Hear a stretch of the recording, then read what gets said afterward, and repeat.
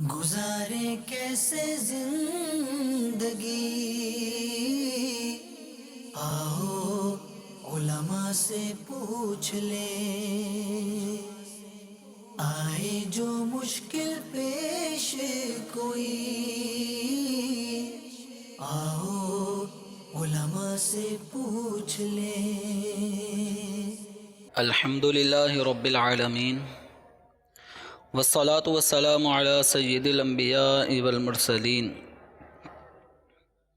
اما بعد فاعوذ باللہ من الشیطان الرجیم، بسم اللہ الرحمن الرحیم۔ الصلاة والسلام علیک یا رسول اللہ وعلی آلک واصحابک یا حبیب اللہ۔ الصلاة والسلام علیک یا نبی اللہ وعلی آلک واصحابک یا نور اللہ۔ نویت سنت الاعتکاف۔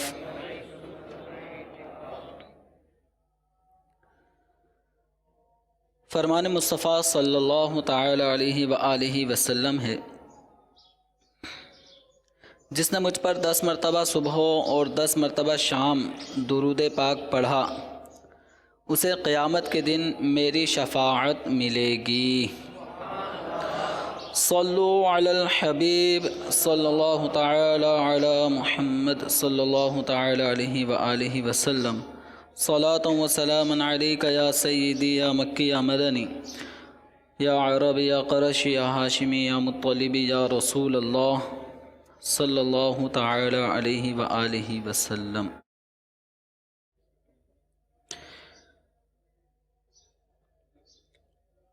آج کے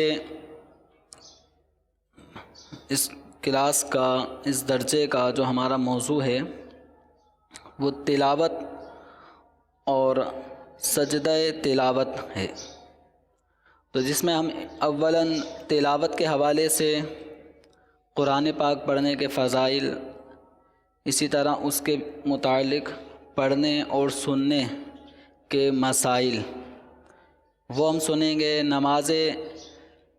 نماز پنجگانہ میں یا نوافل یا دیگر نمازوں میں قرآن پاک پڑھنے کا کیا حکم ہے، اس سے متعلق سنیں گے، اور اس کے بعد پھر ہمارا جو دوسرا موضوع ہے سجدہ تلاوت، تو سجدہ تلاوت سے متعلق بھی احکامات سنیں گے۔ اولاً تلاوت سے متعلق ہمارا یہ نشست جو ہے، اس موضوع کا آغاز تلاوت سے متعلق ہوگا، اس کے فضائل سے متعلق۔ تو دنیا میں بہت ساری کتابیں ہیں جو لکھی جاتی ہیں، چھاپی جاتی ہیں، خریدی جاتی ہیں، پڑھی جاتی ہیں، سنی جاتی ہیں، لیکن ان کتابوں کو وہ پذیرائی نہیں ملتی جو کتاب اللہ قرآن پاک کو، اللہ تبارک و تعالیٰ کے اس کلام پاک کو حاصل ہے۔ اس کا پڑھنا بھی ثواب ہے، اس کو لکھنا بھی ثواب ہے، اس کو دیکھنا بھی ثواب ہے، اس کو چھونا بھی ثواب ہے۔ الغرض قرآن پاک لکھنے، پڑھنے، سننے کے حوالے سے جو معاون اسباب ہوتے ہیں بحسن نیت، وہ بھی کار ثواب ہوتے ہیں۔ قرآن پاک لکھنے کے لیے آپ نے کاغذ خریدا، قلم خریدا، اور یہ نیت ہے کہ میں اس پر اللہ تعالیٰ کا کلام لکھوں گا، تو اس لکھنے کے لیے پین خریدنا، کاغذ خریدنا، یعنی قرآن پاک لکھنے کے حوالے سے آپ جو بھی تدبیر اختیار کر رہے ہیں تو یہ سب بحسن نیت کار ثواب ہو جاتے ہیں۔ قرآن پاک اللہ تبارک و تعالیٰ کا مبارک کلام ہے، اور یہ ایسا مبارک کلام ہے کہ اس کا ایک ایک حرف پڑھنے پر 10 نیکیوں کا ثواب ملتا ہے۔ چنانچہ خاتم النبیین شفیع المذنبین رحمۃ للعالمین صلی اللہ تعالی علیہ وآلہ وسلم کا فرمان دل نشین ہے، جو شخص کتاب اللہ کا ایک حرف پڑھے گا اس کو ایک نیکی ملے گی جو 10 کے برابر ہوگی۔ ایک ایک حرف پڑھنے پر ایک نیکی مل رہی ہے، لیکن وہ ایک نیکی 10 کے برابر شمار ہوتی ہے۔ اور نبی کریم رؤوف الرحیم صلی اللہ تعالی علیہ وآلہ وسلم مزید ارشاد فرماتے ہیں کہ میں نہیں کہتا کہ الف لام میم ایک حرف ہے۔ بظاہر الحمد یہ ایک حرف نظر آتا ہے، عوام دیکھنے کے اعتبار سے کہے گا الحمد ایک حرف، تو للہ دوسرا حرف، رب تیسرا حرف، عالمین چوتھا حرف۔ تو نبی کریم صلی اللہ تعالیٰ علیہ وآلہ وسلم نے ایک ایک لفظ کی وضاحت گویا اس طرح فرما دی کہ الف لام میم میں نہیں کہتا کہ یہ ایک حرف ہے، بلکہ الف ایک حرف، لام دوسرا حرف اور میم ایک اور الگ حرف ہے۔ بظاہر ایک کلمہ ہے، ایک ساتھ لکھا جاتا ہے جوڑ کر، لیکن اس کے پڑھنے والے کو بھی کتنی نیکیاں مل رہی ہیں؟ 30، یعنی 3 حرف ہیں اور ہر حرف پہ 10 نیکیاں ملتی ہیں۔ ایک حرف کو پڑھیں تو ایک نیکی اور وہ 10 کے برابر ہے۔ تو یوں اگر کوئی الف لام میم پڑھتا ہے تو گویا اس نے 3 حرف پڑھے اور ہر حرف کے بدلے 10 نیکیاں ملتی ہیں، تو گویا 3 حرف پڑھنے پر اس کو 30 نیکیاں حاصل ہوں گی۔ نبی کریم رؤوف الرحیم صلی اللہ تعالیٰ علیہ وآلہ وسلم کا فرمان معظم ہے، خیرکم من تعلم القرآن وعلمہ، کہ تم میں بہترین شخص وہ ہے کہ جس نے قرآن سیکھا اور دوسروں کو سکھایا۔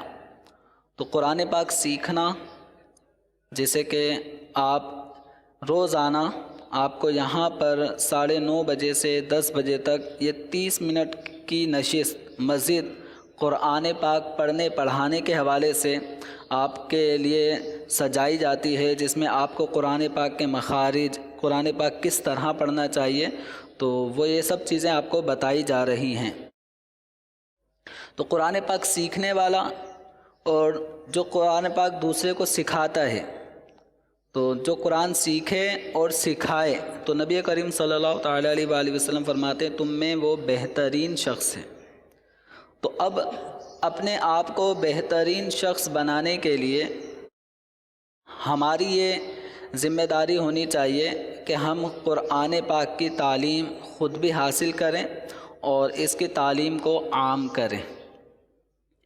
ہمارے بزرگوں کا کیسا پیارا طریقہ ہوا کرتا تھا، جیسے کہ فیض القدیر شرح جامع صغیر میں لکھا ہے کہ حضرت سیدنا ابو عبد الرحمن سلمی رحمۃ اللہ تعالی علیہ وہ مسجد میں قرآن پاک پڑھایا کرتے تھے۔ وہ فرماتے تھے کہ اسی حدیث شریف نے مجھے یہاں بٹھا رکھا ہے۔ حدیث شریف کون سی؟ یہی خیرکم من تعلم القرآن وعلمہ، کہ تم میں بہترین شخص وہ ہے جو قرآن سیکھتا ہے اور دوسروں کو اس کی تعلیم دیتا ہے۔ تو جب بہترین شخص وہ ہے جو قرآن کا علم حاصل کرے اور دوسروں کو سکھائے، تو وہ میں بہترین شخص کیوں نہ بنوں؟ تو اب وہ بہترین شخص بننے کے اعتبار سے ان کی یہ ایک نیچر بن گئی، ایک طبیعت بن گئی کہ مسجد میں لوگوں کو قرآن پاک پڑھایا کرتے تھے۔ تو یہاں سے ہمارے مدرسۃ المدینہ بالغان کے جو مدرسین ہیں، جو روزانہ عشاء کی نماز کے بعد جو 40 منٹ 41 منٹ کا جو ایک مدرسۃ المدینہ بالغان لگتا ہے، ان لوگوں کے لیے کہ جنہوں نے قرآن پاک نہیں پڑھا تھا، نہیں سیکھا تھا، اب ان کا ذہن بنتا ہے، بنایا جاتا ہے، اور یہ ضروری بھی ہے۔ تو ان کے لیے مدرسۃ المدینہ بالغان روزانہ عشاء کی نماز کے بعد عام طور پہ، اور مختلف علاقوں میں مختلف اس کی ٹائمنگز ہو سکتی ہیں، تو بہرحال یہ مدرسۃ المدینہ بالغان دعوت اسلامی کے مدنی ماحول میں ان اسلامی بھائیوں کے لیے کہ جنہوں نے قرآن پاک نہیں پڑھا تھا، تو ان کے لیے اس کا اہتمام کیا جاتا ہے۔ تو آپ تمام اسلامی بھائی اس میں بھرپور کوشش کریں. جن کو قرآن پاک پڑھنا آتا ہے تو وہ پڑھائیں، جن کو نہیں پڑھنا آتا تو وہ سیکھیں. تو اس طرح یہ مدرسۃ المدینہ بالغان پڑھنے پڑھانے کا اگر سلسلہ رہے گا، قرآن پاک سیکھنے سکھانے کا سلسلہ رہے گا، تو انشاءاللہ عز و جل امت کے بہترین افراد میں ہمارا شمار ہو سکتا ہے. نبی کریم رؤوف الرحیم صلی اللہ تعالیٰ علیہ وآلہ وسلم کا فرمان معظم ہے، جس نے قرآن پاک سیکھا اور سکھایا اور جو کچھ قرآن پاک میں ہے اس پر عمل کیا، قرآن شریف اس کی شفاعت کرے گا اور جنت میں لے جائے گا. تو قرآن کی شفاعت، قرآن اللہ تبارک و تعالیٰ کی بارگاہ میں ایسے آدمی کے لیے حجت کرے گا، دلائل قائم کرے گا اور حجت بن کر اس کے لیے راہ جنت آسان کر دے گا، شفاعت کرے گا اور اس کو جنت میں لے جائے گا.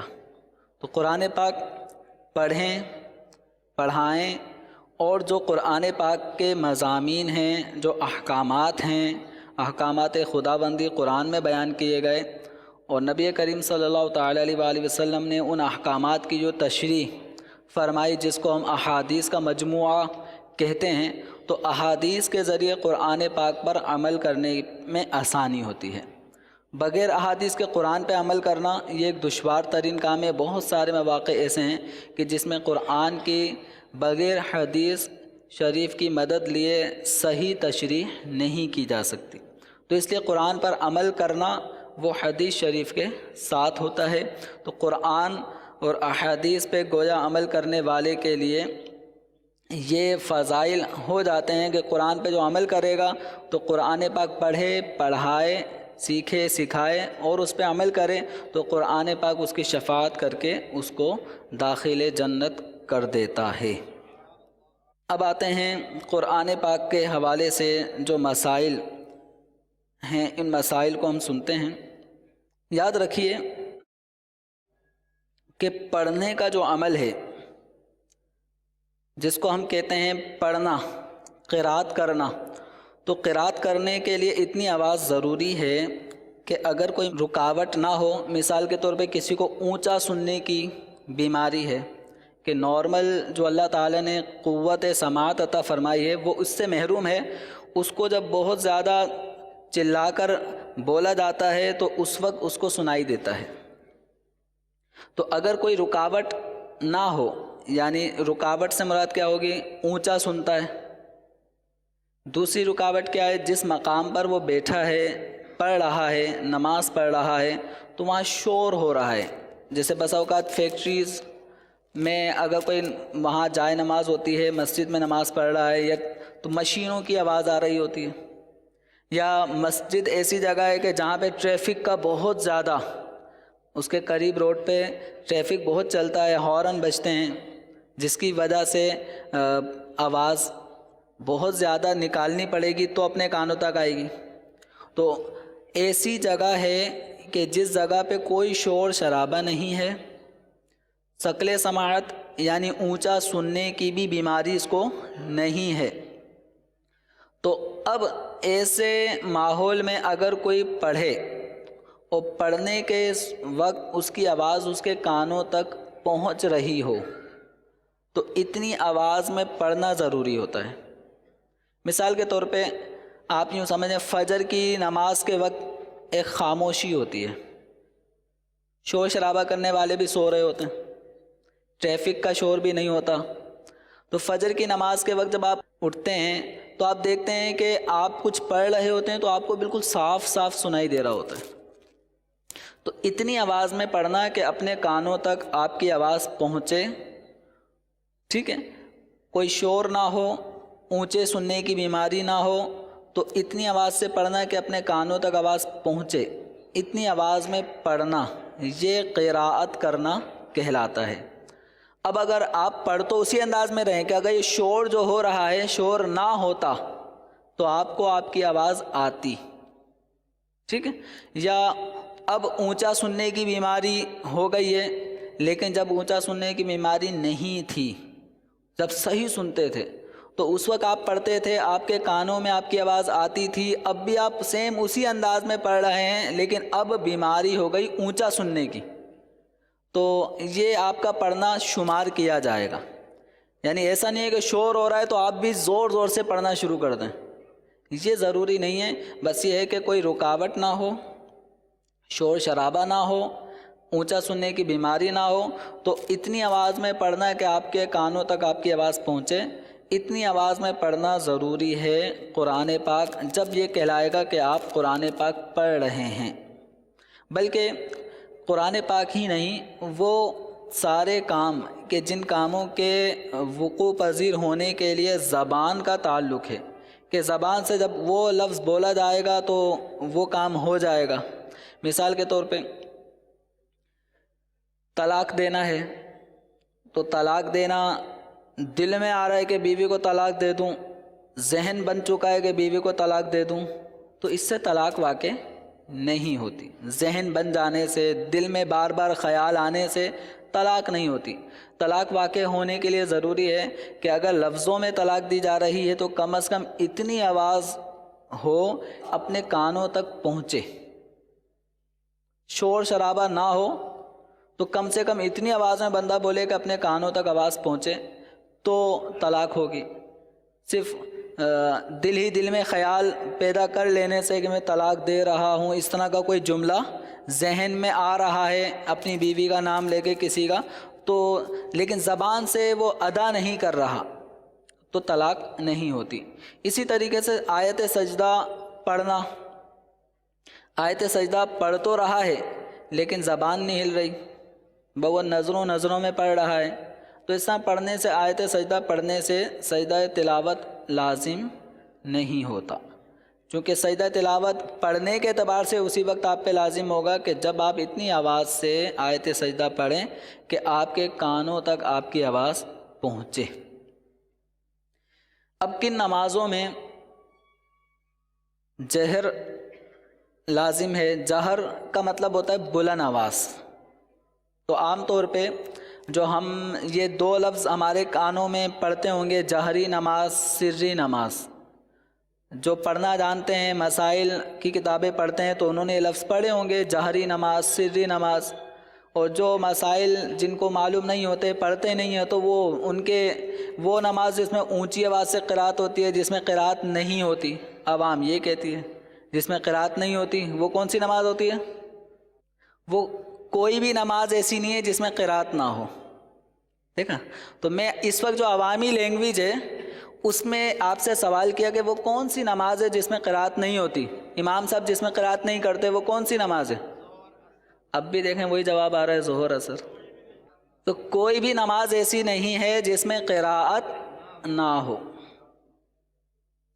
بھائی فجر ہو یا عشاء ہو، تراویح ہو، عید ہو، جمعہ ہو، ٹھیک ہے، ان نمازوں میں قراءت نہیں کی گئی تو نماز ہی نہیں ہوگی۔ البتہ ایک نماز ہے جس میں قراءت نہیں ہوتی، بتائیے کون سی؟ نماز جنازہ میں قراءت نہیں ہوتی، اس میں جو کچھ پڑھا جاتا ہے وہ ثنا پڑھی جاتی ہے، پہلی تکبیر کے بعد، دوسری تکبیر کے بعد درود شریف پڑھا جاتا ہے، تیسری تکبیر کے بعد دعا ہوتی ہے میت کے لیے، چوتھی تکبیر کے بعد کیا پڑھتے ہیں؟ چوتھی تکبیر کے بعد کچھ بھی نہیں پڑھا جاتا، ہاتھ کھول کے سلام پھیر دیتے ہیں۔ صرف ایک نماز ہے، نماز جنازہ، جس میں قراءت یعنی قرآن کی تلاوت نہیں ہوتی، ورنہ کوئی سی بھی نماز ایسی نہیں ہے، نماز پنجگانہ یا رکوع سجود والی نماز، ان میں کوئی بھی نماز ایسی نہیں ہے جس میں قرآن نہ پڑھا جائے۔ تمام نمازوں میں قرآن پاک پڑھا جاتا ہے۔ یہ الگ بات ہے کہ کسی نماز میں اونچی آواز سے پڑھا جاتا ہے، کسی میں آہستہ پڑھا جاتا ہے۔ تو خاموش والی نماز کوئی نماز نہیں ہے، خاموشی والی نماز کوئی نماز نہیں ہے۔ تو عوام جو یہ ظہر اور عصر کو کہتے ہیں کہ وہ نماز جس میں قرات نہیں ہوتی، یہ کانسیپٹ کلیئر ہو گیا آپ کا؟ ہو گیا یا ابھی بھی باقی ہے؟ قرات ہوتی ہے، آہستہ ہوتی ہے، قرات ہوتی ہے لیکن آہستہ ہوتی ہے۔ قرات نہیں ہوتی، یہ لفظ اب اپنے ذہنوں سے نکال دیں. اب اپنے ذہنوں میں یہ فیڈ کرنا ہے کہ ظہر و عصر میں قرات ہوتی ہے، آہستہ ہوتی ہے. تو اس اعتبار سے نمازوں کی دو قسمیں ہو جاتی ہیں، جہری نماز اور سری نماز. تو جہری نماز، جہر اونچی آواز سے پڑھنے کو، اونچا بولنے کو جہر کہتے ہیں. تو نماز کے اعتبار سے جہری نماز یعنی وہ نماز جس میں اونچی آواز سے تلاوت کی جاتی ہے. تو وہ کون کون سی نمازیں آپ نے اونچی آواز سے امام صاحب کو قرات کرتے ہوئے کون کون سی نمازوں میں سنا ہے؟ فجر، مغرب، عشاء اور عیدین کی نماز اور نماز جمعہ. تو ان نمازوں میں جہر کیا جائے گا. ان نمازوں میں کیا کیا جائے گا؟ جہر کے ساتھ تلاوت کی جائے گی، اونچی آواز سے تلاوت کی جائے گی. فجر میں، مغرب میں، عشاء میں، جمعے کی نماز میں اور اسی طرح عید الفطر اور عید الاضحیٰ کی نماز میں ان میں جہر کیا جائے گا. اس کے علاوہ وطر، جو ماہ رمضان میں وطر ادا کیے جاتے ہیں، ان میں جہر کیا جائے گا. اسی طرح ماہ رمضان میں آپ نے تراویح ادا کی ہے تو ماہ رمضان میں تراویح میں جہر کیا جائے گا. ماہ رمضان میں جو وطر جماعت سے پڑھے جاتے ہیں ان میں امام صاحب کو جہر کرنا ہوگا. ہاں، آپ اگر کسی وجہ سے تنہا پڑھ رہے ہیں وطر ماہ رمضان میں تو اب آپ آہستہ پڑھیں. اچھا، کن نمازوں میں آہستہ پڑھا جاتا ہے؟ ان نمازوں کو سری نماز کہتے ہیں. کیا کہتے ہیں؟ سری نماز. سر کا مطلب ہوتا ہے پوشیدہ. اسرار کا لفظ سنا آپ نے؟ اسرار، پر اسرار، ٹھیک ہے. راز، بہت زیادہ رازوں والا شخص پر اسرار کہلاتا ہے. تو سر کا مطلب ہوتا ہے راز، اور جو راز ہوتا ہے وہ فاش کیا جاتا ہے، چھپایا جاتا ہے. وہ راز ہی نہیں جو فاش ہو جائے. راز اسی وقت تک راز ہے جب تک چھپایا گیا ہو. تو یہاں پر سری نماز سے مراد یہ ہے کہ جس میں قراءت کو چھپا کر پڑھا جاتا ہے. یعنی چھپانے سے مراد یہ ہے کہ آہستہ آواز میں پڑھا جاتا ہے. لیکن آہستہ سے مراد بھی کیا ہے؟ اتنی آواز کہ آپ کی آواز آپ کے کانوں تک پہنچے، یہ مراد ہے. یعنی اس میں بلند آواز سے، اس میں زور زور سے، اونچی آواز سے نہیں پڑھا جاتا. تو سری نمازیں کون کون سی ہیں؟ ظہر کی نماز ہو گئی، اور کون سی ہے؟ عصر کی نماز ہو گئی. آپ نے مغرب کی نماز کی تیسری رکعت میں امام صاحب کو اونچی آواز سے قرات کرتے سنا ہے؟ تیسری رکعت میں مغرب کی. عشاء کی تیسری اور چوتھی رکعت میں نہیں سنا. تو یہ مغرب اور عشاء کی تیسری، یعنی مغرب کی تیسری رکعت اور عشاء کی تیسری اور چوتھی رکعت، یہ دو رکعتیں، یعنی تیسری مغرب میں اور عشاء میں تیسری اور چوتھی، یہ بھی سری رکعتیں ہیں. یہ کیا ہیں؟ جو جہری نماز ہے تو جہری نماز میں فرض نمازوں میں پہلی اور دوسری رکعت ان میں جہر کیا جائے گا، اور جبکہ تیسری اور چوتھی رکعت جو فرض کی ہوں گی اس میں آہستہ سے قرات کی جائے گی. اس میں بلند آواز سے قرات نہیں کر سکتے. اور جہر کا مطلب کیا ہے؟ جہر کا مطلب یہ ہے کہ آپ اگر بحیثیت امام کھڑے ہوں، آپ کے پیچھے جو صف ہے تو اس میں تین سے زیادہ افراد جتنے بھی ہیں تو کم از کم 3 افراد آپ کی آواز کو سنیں. آپ قرآن اتنی آواز سے پڑھیں کہ کم از کم آپ کے پیچھے جو 3 افراد ہیں، جو صف ہے آپ کے پیچھے، وہ صف اول کہ کم از کم 3 نمازی آپ کی قرات کو سنیں تو اتنی آواز میں پڑھنے کو کہا جائے گا جہر. اور اگر آپ کی آواز کو صرف 2 ہی آدمی سن رہے ہیں، آپ پڑھ اس طرح رہے ہیں کہ صرف 2 آدمیوں کو جو قریب ہیں آپ کے وہی سن رہے ہیں، تیسرے کو پتہ ہی نہیں چل رہا آپ کیا پڑھ رہے ہیں، تو پھر اس کو جہر نہیں کہا جائے گا. اچھا، ہماری ایک تعداد ہے جو جہری نماز میں امامت نہیں کر سکتی، وہ ظہر و عصر کی امامت ان سے کرا لو. فیکٹری عام طور پہ کمپنیوں میں فیکٹریوں میں، تو ایسا آپ کو طبقہ ملے گا وہ نماز پڑھانے کے لیے آگے بڑھ جائیں گے. کون سی نماز پڑھا لیں گے؟ ظہر پورے سال پڑھوا لو ان سے، کوئی مسئلہ نہیں. عصر پورے سال پڑھوا لو، کوئی مسئلہ نہیں. لیکن مغرب نہیں پڑھاتے وہ. وجہ کیا ہے؟ عشاء نہیں پڑھائیں گے. کیوں بھائی؟ وجہ یہ ہوتی ہے شاید ان کی قرات صحیح نہیں ہوتی. تو یہ کیا ظہر امام ظہر والعصر اور مغرب اور عشاء کا امام نہیں بن سکتے؟ تو جو مغرب اور عشاء میں امامت نہیں کر سکتا تو وہ ظہر و عصر میں امامت کیوں کر رہا ہے؟ اب خاموشی، یعنی خاموشی تو نہیں کہیں گے، آہستہ آواز میں قرات کر رہا ہے، کسی کو پتہ ہی نہیں چلے گا سورہ فاتحہ میں کیا غلطی کی، تو اس کے بعد جو صورتیں پڑھیں اس میں کیا غلطیاں کی، تو کسی کو پتہ ہی نہیں ہوگا. سلام تک سب مطمئن ہو کے نماز بھی پڑھ لیں گے. لیکن مغرب پڑھائے گا تو سورہ فاتحہ میں 5-6 غلطیاں آ جائیں گی، اس کے بعد جو صورت پڑھے گا 10 غلطیاں اس میں آ جائیں گی. سلام پھیرنے کے بعد لوگ کھڑے ہوں گے کہ بھائی آپ غلط پڑھ رہے ہو. تو امام وہی شخص ہو جو مغرب عشاء بھی پڑھا سکتا ہو، فجر بھی پڑھا سکتا ہو، یعنی جو جہری نماز کی تلاوت صحیح کر سکتا ہے تو وہ سری نماز ظہر و عصر میں بھی تلاوت اچھی طرح کر سکتا ہے. اب جو ظہر و عصر پڑھائے اور مغرب عشاء فجر نہ پڑھائے تو اس کا مطلب ہے کہ اس کی قرات میں کچھ کمزوری ہے جس کو وہ خود تسلیم کر رہا ہے، بول کر نہیں، زبان حال سے.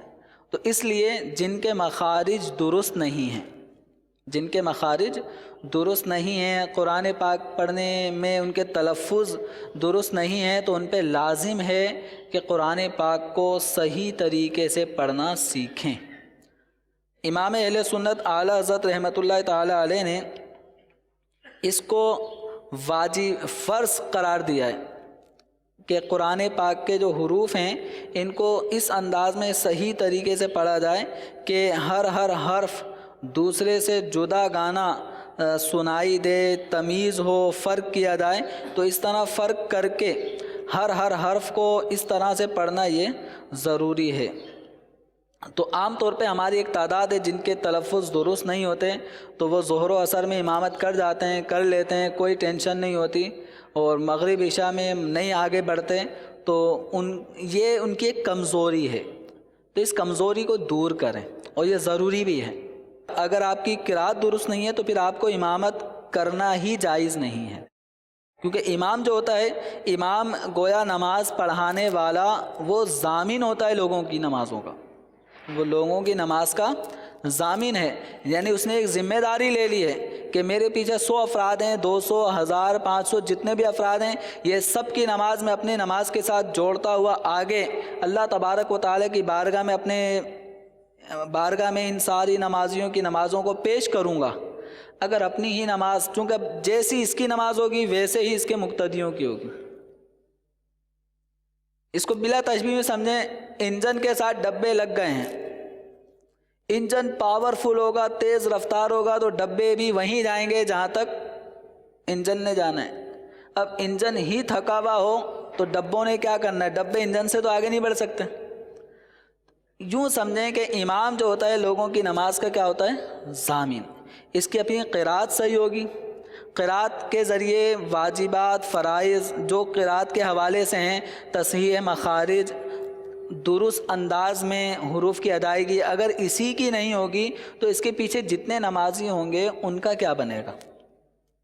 تو اس لیے امامت کو اتنا آسان نہ سمجھا جائے کہ آپ ظہر و عصر پڑھا لیں اور مغرب عشاء نہیں پڑھاتے تو ظہر و عصر بھی نہ پڑھائیں. اگر آپ کی قرات درست نہیں ہے تو نہ پڑھائیں. ہاں، قرات درست کرنا آپ کی اپنی نماز کے لیے بھی ضروری ہے، صرف امامت کے لیے نہیں ہے کہ جو امام ہوگا تو اس کی قرات درست ہونی چاہیے. آپ پہ نماز فرض ہے، آپ پر بھی لازم ہے کہ اپنے آپ قرات کے حوالے سے اپنی چیکنگ کروائیں.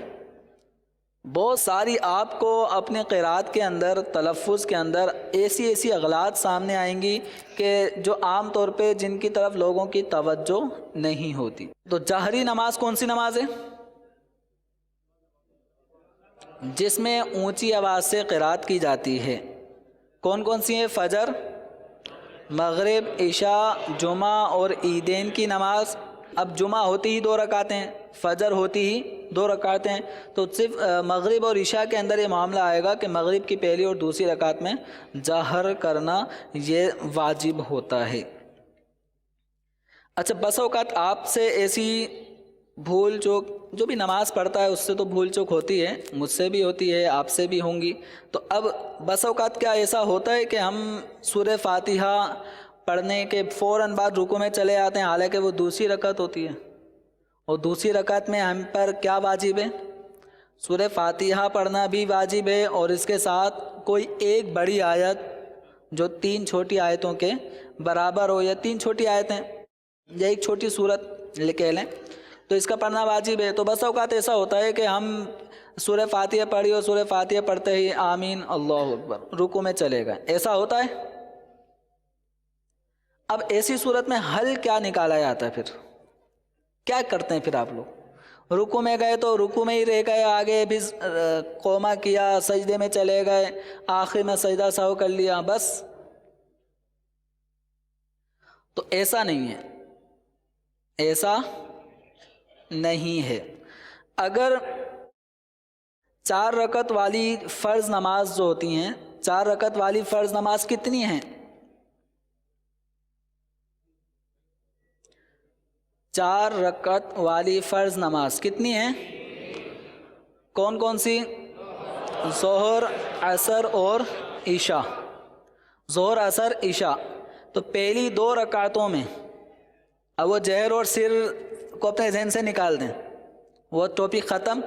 اب دوسرا یہ ہے کہ فرض نماز کی پہلی اور دوسری، فرض نماز کی پہلی اور دوسری رکعت میں قراءت، یہ سورہ فاتحہ کی اور اس کے بعد کوئی اور سورت ملائی جائے گی، اس کی قراءت واجب ہے۔ مطلقاً قراءت کرنا فرض ہے، لیکن سورہ فاتحہ کا پڑھنا اور سورہ فاتحہ کے بعد کسی اور مقام سے قرآن پاک کو پڑھنا، 3 چھوٹی آیتیں یا ایک بڑی آیت جو اس کے برابر ہو، تو اس کا پڑھنا واجب ہے۔ یہ فرض کی پہلی اور دوسری رکعت کے اندر واجب ہے۔ تیسری رکعت میں، جیسے مغرب کی تیسری ہوتی ہے، اسی طرح ظہر، عصر، عشاء کی تیسری اور چوتھی، ان کے اندر قراءت واجب نہیں ہے۔ یہ ذہن میں بٹھا لیا؟ فرض کی پہلی 2 میں قراءت واجب ہے، اور بقیہ 2 میں، تیسری اور چوتھی میں فرضوں کی قراءت واجب نہیں ہے۔ لیکن وتر کی نماز، وتر کی نماز، اس کی تینوں رکعتوں میں قراءت واجب ہے۔ اچھا، یہ فرضوں میں پہلی 2 اور آخری 2 کا حکم کیا ہے؟ جدا گانا ہے، کہ پہلی 2 میں قراءت واجب اور تیسری اور چوتھی کے اندر واجب نہیں۔ وتر کے اندر تینوں رکعتوں میں قراءت واجب ہے۔ اچھا، سنت موقدہ ہو یا غیر موقدہ، سنت موقدہ ہو یا غیر موقدہ، اس کی ہر رکعت کے اندر قراءت کرنا واجب ہے، سورہ فاتحہ کی اور اس کے بعد کسی اور آیت کی اور سورت کی، یہ کیا ہے؟ واجب۔ صلاۃ التسبیح آپ پڑھتے ہیں تو صلاۃ التسبیح کی 4 رکعتوں میں، 4 رکعتوں میں قراءت کرنا واجب ہے۔ ٹھیک ہے، اب یہ ذہن میں رکھ لیا کون کون سی نمازوں کی کون کون سی رکعتوں میں قراءت کرنا واجب ہے، کون سی میں نہیں ہے۔ تو اب یوں سمجھیں کہ فرض نماز میں پہلی اور دوسری رکعت میں قراءت واجب ہے۔ اگر آپ فرض نماز ادا کر رہے تھے، آپ نے پہلی رکعت میں سورہ فاتحہ پڑھی، پھر بھول گئے اور رکوع میں چلے گئے۔ اب میں اسی مسئلے کی طرف آ جاتا ہوں۔ درمیان میں یہ وہ بات بیان کی کہ کون سی نمازوں کی کون کون سی رکعتوں میں قراءت واجب ہے، کون سی میں نہیں، اس کو بیان کرنے کے بعد اب آتے ہیں اس مسئلے کی طرف کہ ایک آدمی نے سورہ فاتحہ پڑھی اور وہ چلا گیا رکوع میں۔ اب اس کو یاد آتا ہے، اب اس کو یاد آتا ہے کہ میں نے سورت نہیں ملائی، تو ایسی صورت میں اس کو حکم یہ ہے کہ یہ واپس قیام کی طرف آئے گا۔ نہیں، رکوع میں تھا، واپسی آ جائے قیام کی طرف، ہاتھ باندھے، جو سورت اس کو پڑھنی ہے کیونکہ سورہ فاتحہ پڑھ چکا ہے، تو جو صورت پڑھنی ہے اب وہ ایک بڑی آیت جو 3 چھوٹی آیتوں کے برابر ہو یا 3 چھوٹی آیتیں وہ پڑھے. وہ پڑھنے کے بعد اب کیا کرنا ہے اس نے؟ رکوع تو کر لیا ہے, کیا کرنا ہے؟ اب سجدے میں جانا ہے. وہ جو اس نے رکوع کیا تھا وہ رکوع کل عدم ہو گیا. وہ رکوع اس کا کیا ہو گیا؟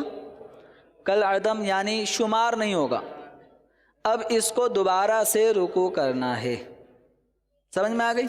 جیسے مثال کے طور پہ میں پڑھ رہا ہوں سورہ فاتحہ پڑھتے پڑھتے وَلَضَّالِّينَ آمین. اب میرے ذہن میں یہ تھا کہ میں تیسری پڑھ رہا ہوں یا چوتھی پڑھ رہا ہوں فرض نماز, میں رکوع میں چلا گیا.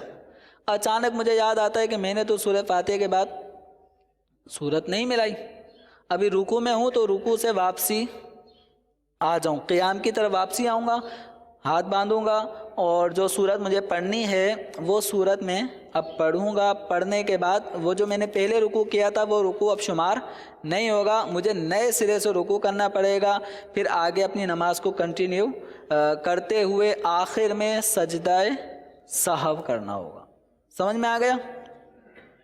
اچھا, اب کسی سے سورہ فاتحہ اگر کسی نے نہیں پڑھی, بھول چکے انسان کہیں پہ بھی نماز میں دماغ آگے پیچھے ہو سکتا ہے, نماز پڑھ رہا ہے, یہ کھڑا ہوا دوسری رکعت کے لیے اور دوسری رکعت پڑھتے شروع میں ہی بسم اللہ الرحمن الرحیم قل اعوذ برب الناس ملک الناس الہ الناس یہ پڑھنا شروع کر دیا, سورہ فاتحہ نہیں پڑھی, رکوع میں چلا گیا. اب کیا حکم ہے؟ واپسی, رکوع چھوڑ کے واپسی آئے گا قیام کی طرف. اس نے کون سی سورت چھوڑی ہے؟ سورہ فاتحہ. اب یہ سورہ فاتحہ پڑھے گا, سورہ فاتحہ کے بعد سورت دوبارہ ملائے گا. جو پہلے اس نے سورت پڑھی تھی وہ سورت ناکافی ہے, کیونکہ سورہ فاتحہ کے بعد سورت ملائی جاتی ہے, سورہ فاتحہ سے پہلے سورت نہیں پڑھی جاتی. تو جو پہلے پڑھ لی تھی اس نے رکوع میں چلا گیا تھا, پھر یاد آتا ہے تو یہ سورہ فاتحہ پڑھے گا, سورہ فاتحہ کے بعد پھر سورت ملائے گا, اس کے بعد میں پھر یہ رکوع کرے اور اپنی نماز کو آگے جاری رکھے گا. لیکن آخر میں سجدہ سہو اس کے اوپر لازم ہوگا. سجدہ سہو لازم ہونے کی وجہ کیا ہے؟ تاخیر ہو گئی. کیا ہو گئی؟ سورہ فاتحہ کو جس مقام پہ پڑھنا تھا اس مقام پہ نہیں پڑھا, تاخیر سے پڑھ رہا ہے. اسی طرح سورت پڑھنا بھول گیا تھا, رکوع میں چلا گیا تھا, پھر واپسی آیا تو سورت پڑھنے میں کیا ہو گئی؟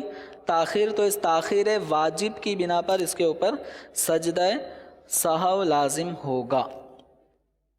اب کوئی ایسا ہے, یہ تو ہم نے اس پہ فرض کیا تھا کہ جس کو رکوع میں یاد آ گیا, جس کو یاد آ گیا رکوع کے اندر کہ میں نے رکوع میں یاد آ گیا کہ میں نے سورت نہیں پڑھی, میں نے سورہ فاتحہ نہیں پڑھی. اب کوئی آدمی ایسا ہے کہ جس کو سجدے میں چلا گیا, سورت نہیں ملائی اور سجدے میں جا چکا ہے, تو اب سجدے میں جانے والے شخص کو نہیں کہا جائے گا دوبارہ اٹھے اور کھڑا ہو, پھر سورت پڑھے, پھر رکوع کرے, پھر سجدہ کرے. اب اس کو یہ نہیں کہا جائے گا کہ واپسی آئے, ریٹرن ہو. اب اس کو یہ کہا جائے گا کہ یہ آگے اپنی نماز کو جاری ساری رکھے. اگر پہلی رکعت میں سورت نہیں ملائی تھی تو دوسری میں تو ملانا واجب ہے فرضوں کی, اس میں ملائے. لیکن جو پہلی رکعت کے اندر سورہ فاتحہ کے بعد سورت نہیں پڑھی تھی اس کی تلافی اب کرنی ہوگی, اس کی تلافی کرنی ہوگی. تیسری رکعت میں کر لے یا چوتھی رکعت میں کر لے. یہ مسئلہ سمجھ میں آیا؟ سورہ فاتحہ پڑھی, سورت ملانا بھول گیا, رکوع میں چلا گیا, یاد نہیں آیا, قومے میں کھڑا ہو گیا, یاد نہیں آیا, سجدے میں چلا گیا. اب سجدے میں جانے کے بعد یاد آتا ہے کہ میں نے تو سورہ فاتحہ کے بعد سورت نہیں ملائی, فرض کی پہلی رکعت ہے یا دوسری رکعت ہے, سورت نہیں ملائی, تو اب اس کو واپسی آنے کا حکم نہیں ہے. یہ اپنی نماز کو آگے جاری رکھے. جب تیسری رکعت میں کھڑا ہو تو تیسری رکعت میں اس کی تلافی کرے گا, سورہ فاتحہ پڑھے گا, پھر اس کے بعد میں سورت ملائے گا. چونکہ خالی سورت نہیں پڑھتے, سورہ فاتحہ کے بغیر کسی بھی رکعت میں صرف ہم سورہ فاتحہ چھوڑ دیں اور کوئی اور سی سورت پڑھ لیں تو یہ کافی نہیں ہوتا. تو اب جو اس نے پہلی یا دوسری رکعت میں سورہ فاتحہ کے بعد سورت نہیں ملائی تھی، اس مقام پہ تو اب یہ واپسی آ نہیں سکتا تھا چونکہ سجدے میں جا چکا ہے. تو اب یہ اس کی تلافی اور اس کی کمی کو پوری کرے گا کہاں پر؟ تیسری رکعت میں یا چوتھی رکعت میں. تو تیسری رکعت میں اگر کرنا چاہے تو کس طرح کرے گا؟ تو تیسری رکعت میں جب کھڑا ہو تو سورہ فاتحہ پڑھے، اس کے بعد میں پھر اس سورت کو ملائے گا. ٹھیک ہے. یا چوتھی رکعت میں کرنا چاہے تو اس میں اس کی تلافی کر لے کہ سورہ فاتحہ یہ پڑھے، اس کے بعد میں پھر سورت ملائے گا. اگر امام کے ساتھ ایسا ہو جائے، اگر امام کے ساتھ ایسا ہو جائے تو اس نے کیا کرنا ہے؟ وہی کام کرنا ہے جو ایک اکیلے نماز پڑھنے والے کے بارے میں ابھی بیان ہوا کہ رکوع میں جانے کے بعد یاد آتا ہے کہ سورت تو نہیں ملائی، تو واپسی اس کو قیام کی طرف آنا ہوگا، قراءت کرنی ہوگی، پھر رکوع کرنا ہوگا. ٹھیک ہے. اگر سجدے میں جانے کے بعد امام کو یاد آتا ہے تو اب امام واپسی قیام کی طرف نہیں آئیں گے، وہ اپنی نماز کو کنٹینیو جاری رکھیں. ہاں اب یہ تیسری رکعت میں یا چوتھی رکعت میں ان کو اس صورت کی جو رہ گئی تھی پہلی یا دوسری رکعت میں اس کی تلافی کرنی ہے. اب امام صاحب جہری نماز تھی تو اس میں جہر بھی کرنا ہوگا، جہری نماز تھی تو جہر کرنا ہوگا. یعنی مغرب کی نماز تھی اور دوسری رکعت میں سورت نہیں ملائی تھی، رکوع کر لیا، سجدہ کر لیا، یاد آیا، اب تیسری کے لیے جب امام صاحب نے کھڑا ہونا ہے تو امام صاحب نے خاموشی کے ساتھ آہستہ آواز میں قرات نہیں کرنی. ان کو سورہ فاتحہ بھی جہر سے پڑھنی ہے، اونچی آواز سے پڑھنی ہے، سورت بھی اونچی آواز سے پڑھنی ہے. اور آخر میں کیا کرنا ہے؟ سجدہ سہو کرنا ہوگا. کیوں؟ اس لیے کہ سورت ملانے کا مقام کون سا تھا؟ دوسری رکعت. اب اس مقام سے کس مقام پہ قرات کی جا رہی ہے؟ تیسری میں. تو جو سورہ فاتحہ کے بعد سورت ملانے کا مقام تھا وہ مقام جدا ہو گیا، اس میں اس کی ادائیگی میں محل فوت ہو گیا. تو اس اعتبار سے اس کو سجدہ سہو کرنا ہوگا. قرآن پاک یاد رکھنا، کتنا قرآن پاک یاد کرنا ضروری ہے؟ تو اس حوالے سے بھی ذہن میں بٹھا لیجئے کہ ایک آیت کا حفظ کرنا ہر مکلف مسلمان پر فرض عین ہے. ایک آیت کا حفظ کرنا یہ ہر مسلمان مکلف کا مطلب ہوتا ہے جس پر شریعت مطہرہ کے احکام لاگو ہیں. اب وہ مکلف کس پہ لاگو ہوتے ہیں، کس پہ احکام لاگو ہوتے ہیں؟ جو عاقل ہو، بالغ ہو، عاقل بالغ مسلمان. تو اس کے اوپر ایک آیت کا حفظ کرنا، یاد کرنا یہ فرض عین ہے. اب چاہے الحمدللہ رب العالمین یہ ایک آیت ہے تو کم از کم ایک آیت قرآن کی یہ فرض عین ہے کہ ہر مسلمان کو یاد ہو.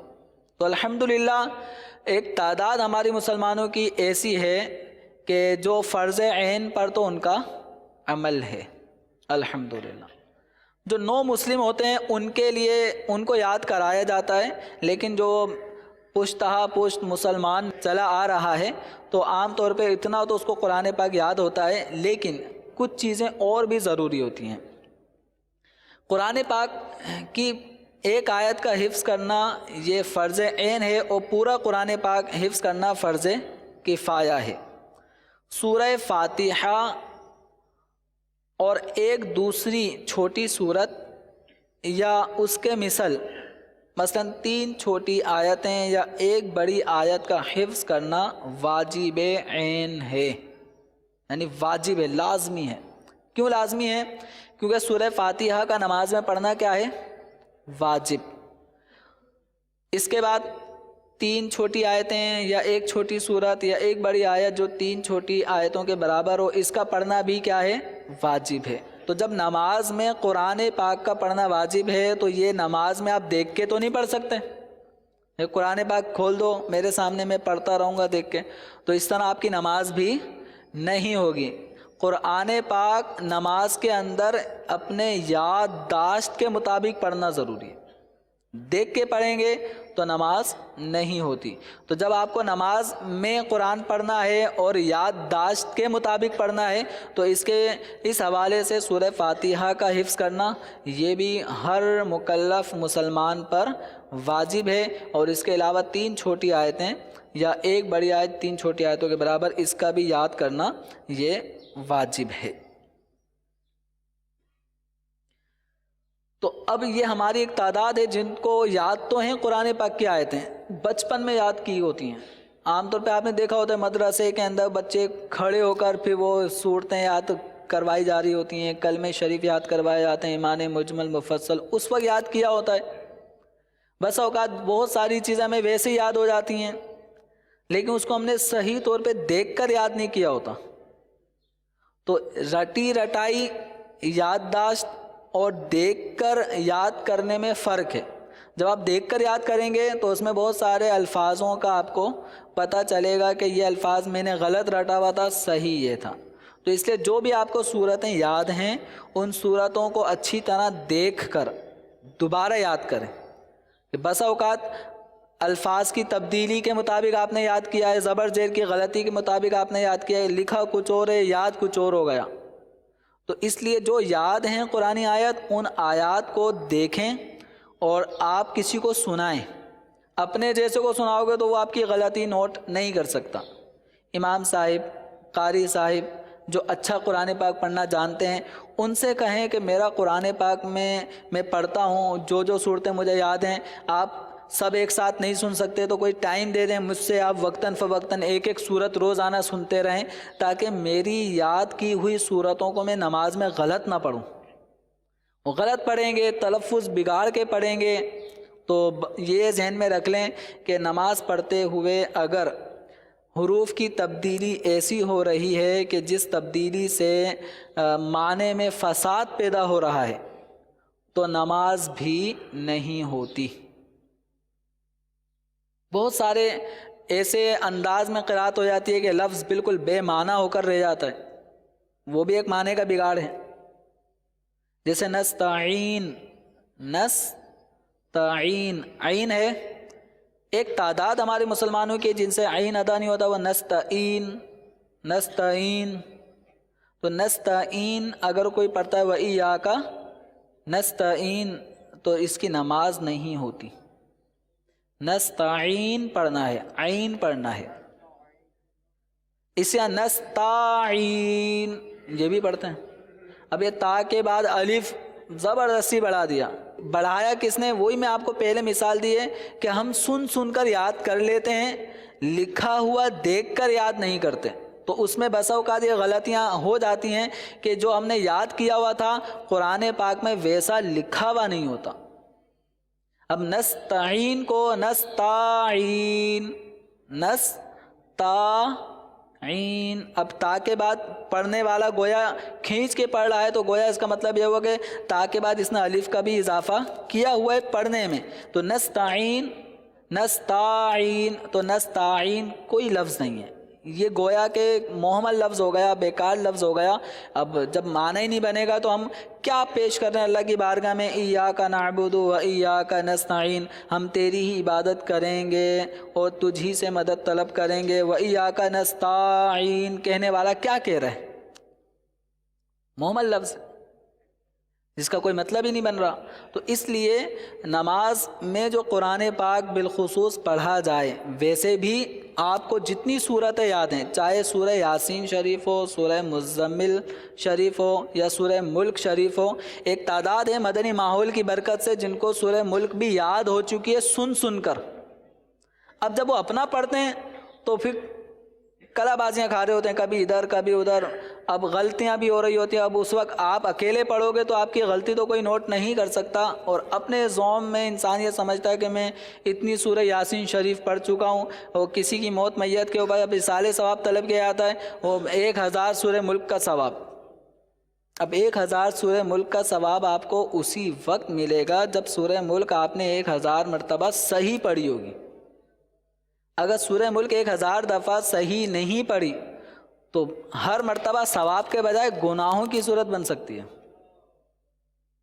تو اس لیے قرآن پاک صحیح طور پہ پڑھا جائے کہ روایتوں میں آتا ہے رب قارئ للقرآن والقرآن یلعنہ، کہ بہت سارے قرآن پڑھنے والے ایسے ہوتے ہیں کہ قرآن ان پہ لعنت کر رہا ہوتا ہے. تو گویا قرآن کی جو اس کا حق ہے، حق کے ادائیگی پڑھنے کا، تو وہ حق اس کو نہیں دیا جا رہا ہوتا، غلط طریقے سے پڑھا جا رہا ہوتا ہے اور بالکل رف انداز میں پڑھتے ہیں. تو بسا اوقات قرآن پاک پڑھنے پر ثواب کے بجائے گناہوں کی صورت بھی ہو جاتی ہے. اور اگر اس طرح نماز پڑھتے رہے کہ معنی میں فساد ہو رہا ہے، توجہ نہیں دیتے، غلط پڑھ رہے ہیں، جیسے الحمد للہ، حمد معنی تعریف، الحمد للہ تمام تعریفیں اللہ کے لیے ہیں، اور الحمد کو ہا کی جگہ ہا سے بدل دیا جائے، الحمد، تو اس کا معنی بڑا خطرناک بن جاتا ہے. حمد اس کا مطلب ہوتا ہے پستی، اس کا مطلب کیا ہوتا ہے؟ پستیاں، کمزوریاں. ٹھیک ہے، تو اب تمام تر کمزوریاں آگے آپ پڑھ رہے ہیں للہ، اللہ کے لیے، معاذ اللہ، یہ پھر معنی کیا ہو جائے گا کہ اللہ تعالیٰ کے لیے کمزوریاں ثابت کی جا رہی ہیں، بزدلیاں ثابت کی جائیں گی. تو یہ معنی کہاں سے کہاں ہو جاتا ہے، اور ہم پڑھ رہے ہوتے ہیں الحمدو کی جگہ اب الحمدو پڑھیں گے تو معنی میں کتنا فساد آ گیا. ایسے قل هو اللہ احد، قل موٹے قاف کے ساتھ جو قل پڑھا جاتا ہے، اس کا مطلب ہوتا ہے آپ کہہ دیجئے، آپ فرما دیجئے. اب موقع محل کے حساب سے اس کا مطلب مختلف بنے گا. تو آپ کہہ دو کہ اللہ ایک ہے. اب قل قاف کے بجائے اگر کوئی کاف، ڈنڈی والا جو کاف ہوتا ہے کل، تو کل کا مطلب ہوتا ہے کھاؤ. قل هو اللہ احد کہہ دیجئے کہ اللہ ایک ہے، اور کل کر کے اگر کوئی پڑھے گا کھائیے، پھر آگے جملہ وہی پڑھ رہا ہے هو اللہ احد کہ اللہ ایک ہے. تو معنی کہاں سے کہاں بگڑ گیا. تو اس لیے بہت ساری صورتیں نماز پڑھنے میں ایسی ہو جاتی ہیں کہ نماز پڑھنے والے کو نہیں پتہ چلتا کہ معنی میں اس قدر فساد پیدا ہو چکا ہے کہ بسا اوقات کفریہ معنی بن جاتا ہے. جو کچھ پڑھا ہوتا ہے اس پڑھے ہوئے کا معنی ہی کفریہ بن جاتا ہے. تو بس اوقات قرآن پاک میں ایک بات بیان کی جا رہی ہوتی ہے، پڑھنے والا ایسی غلطی کرتا ہے کہ وہ اس کے الٹ ہی معنی بن رہا ہوتا ہے. تو اس لیے جب بھی نماز کا وقت ہو تو اس وقت دھیان کے ساتھ نماز پڑھی جائے، اس کے صحیح مخارج کے ساتھ نماز پڑھی جائے، اور یہ اسی وقت ہوگا کہ جب ہم قرآن پاک کو درست طریقے سے پڑھ رہے ہوں گے. پڑھنا خود بخود نہیں آتا. لینگویج سینٹر مختلف لینگویجز سیکھنے کے لیے 6 مہینے کے کورس، تو سال بھر کے کورس، 2 مہینے کے کورس کرتے ہیں، پیسے بھی بھرتے ہیں. ٹھیک ہے، سب کچھ کرتے ہیں، اور تاکہ وہ لینگویج آ جائے، تاکہ میں دوسرے ملک جاؤں گا تو وہاں مجھے ٹاکنگ کرنے میں، بولنے میں، ہیلو ہائی کرنے میں کوئی دشواری نہ ہو، ان کے معافی ضمیر کو سمجھوں، اپنا معافی ضمیر بیان کر سکوں. تو ہم سیکھ رہے ہوتے ہیں دنیا داری کے حوالے سے مختلف لینگویج، مشکل سے مشکل لینگویج بھی سیکھ لیتے ہیں، لیکن نہیں سیکھتے تو فری میں بھی قرآن پاک درست طور پہ پڑھنا نہیں سیکھتے. کہ جس کا پڑھنا آپ پہ دیگر لینگویج سیکھنا کوئی لازم، فرض، واجب نہیں ہے، لیکن آپ پر قرآن پاک سیکھنا یہ ضروری ہے. غلط پڑھیں گے نماز نہیں ہوگی اگر معنی میں فساد پیدا ہو رہا ہے. تو اس طرح بہت ساری اغلاط ایسی ہیں جو ہم مسلمان نماز کے اندر قرآن پاک کی تلاوت کرنے میں کوتاہی کر رہے ہوتے ہیں. اچھا، بسا اوقات نماز پڑھتے وقت ایسا بھی ہو جاتا ہے کہ ہم پڑھ رہے ہوتے ہیں کوئی صورت، جیسے دوسری رکعت میں ہم نے کوئی صورت پڑھنی ہے، لیکن ہم اس دوسری رکعت میں پہلی رکعت سے پہلے کی کوئی صورت پڑھ لیتے ہیں. مثال کے طور پہ آپ نے پہلی رکعت میں پڑھی سورہ کافرون، قل یا ایھا الکافرون، پہلی رکعت کے اندر آپ نے پڑھی ہے. اب دوسری رکعت کے اندر آپ کو پڑھنی ہے اذا جاء، یا قل هو اللہ احد پڑھیں، یا قل اعوذ برب الفلق، یا سورہ ناس پڑھیں، ترتیب. ترتیب سے مراد یہ کہ پہلی رکعت میں جو آپ نے سورت پڑھ لی، اب اس کے بعد کوئی سی بھی آپ سورت ہے تو ان سورتوں کو آپ پڑھیں گے، اس سے پہلے کی آپ سورت نہیں پڑھیں گے۔ تو اگر کسی نے قل یا ایھا الکافرون پہلی رکعت کے اندر پڑھ لیا، اب دوسری رکعت کے اندر کھڑا ہوتا ہے تو زبان سے نکلا الم تر کیف، سورہ فاتحہ پڑھی، پھر سورت پڑھنے کا موقع آیا تو اس نے پڑھا الم تر کیف، یاد آیا کہ یہ تو میں آگے نکل گیا، تو اب پھر بعض لوگ کیا کرتے ہیں، اس کو چھوڑ کر پھر پڑھیں گے اذا جاء نصر اللہ والفتح۔ تو یوں سمجھیں کہ خلاف ترتیب، یہ کیا ہو گئی؟ خلاف ترتیب قرآن پاک نماز میں پڑھنا یہ جائز نہیں ہے۔ جان بوجھ کے اگر کوئی خلاف ترتیب پڑھتا ہے تو گناہ گار ہوگا، اگر بھولے سے خلاف ترتیب قرات ہو گئی تو گناہ نہیں ہے۔ قصدن خلاف ترتیب قرآن پاک پڑھنا نماز میں یہ ناجائز ہے، گناہ ہے۔ اب اگر کسی سے غلطی ہو گئی، بھولے سے ہوئی ہو یا قصدن کی ہو، اگر اس نے سورہ فاتحہ کے بعد دوسری رکعت میں اب الم ترا پڑھنا شروع کر دی جبکہ پہلی رکعت میں سورہ کافرون پڑھی تھی، اب جان بوجھ کر یا بھولے سے الم ترا شروع کر دی، اب اس کو چھوڑنے کی اجازت نہیں ہے، اب اسی کو پڑھیں، اب اسی کو پڑھا جائے گا۔ اب اس نے الم ترا پڑھ لی، ٹھیک ہے، اب کیا آخر میں اس کو سجدہ سہو کرنا ہے؟ آخر میں سجدہ سہو کرنا ہے یا نہیں؟ اب کچھ تو خاموش ہیں، پتہ ہی نہیں کیا کرنا ہے، اور کچھ کو پتہ ہے کہ نہیں کرنا، ہاں والا کوئی بھی سامنے نہیں آ رہا۔ تو خلاف ترتیب اگر نماز میں قرات ہو جائے، چاہے قصدن کی ہو یا بلا قصد کی ہو، تو سجدہ سہو لازم نہیں ہوتا۔ سمجھ میں آ گیا؟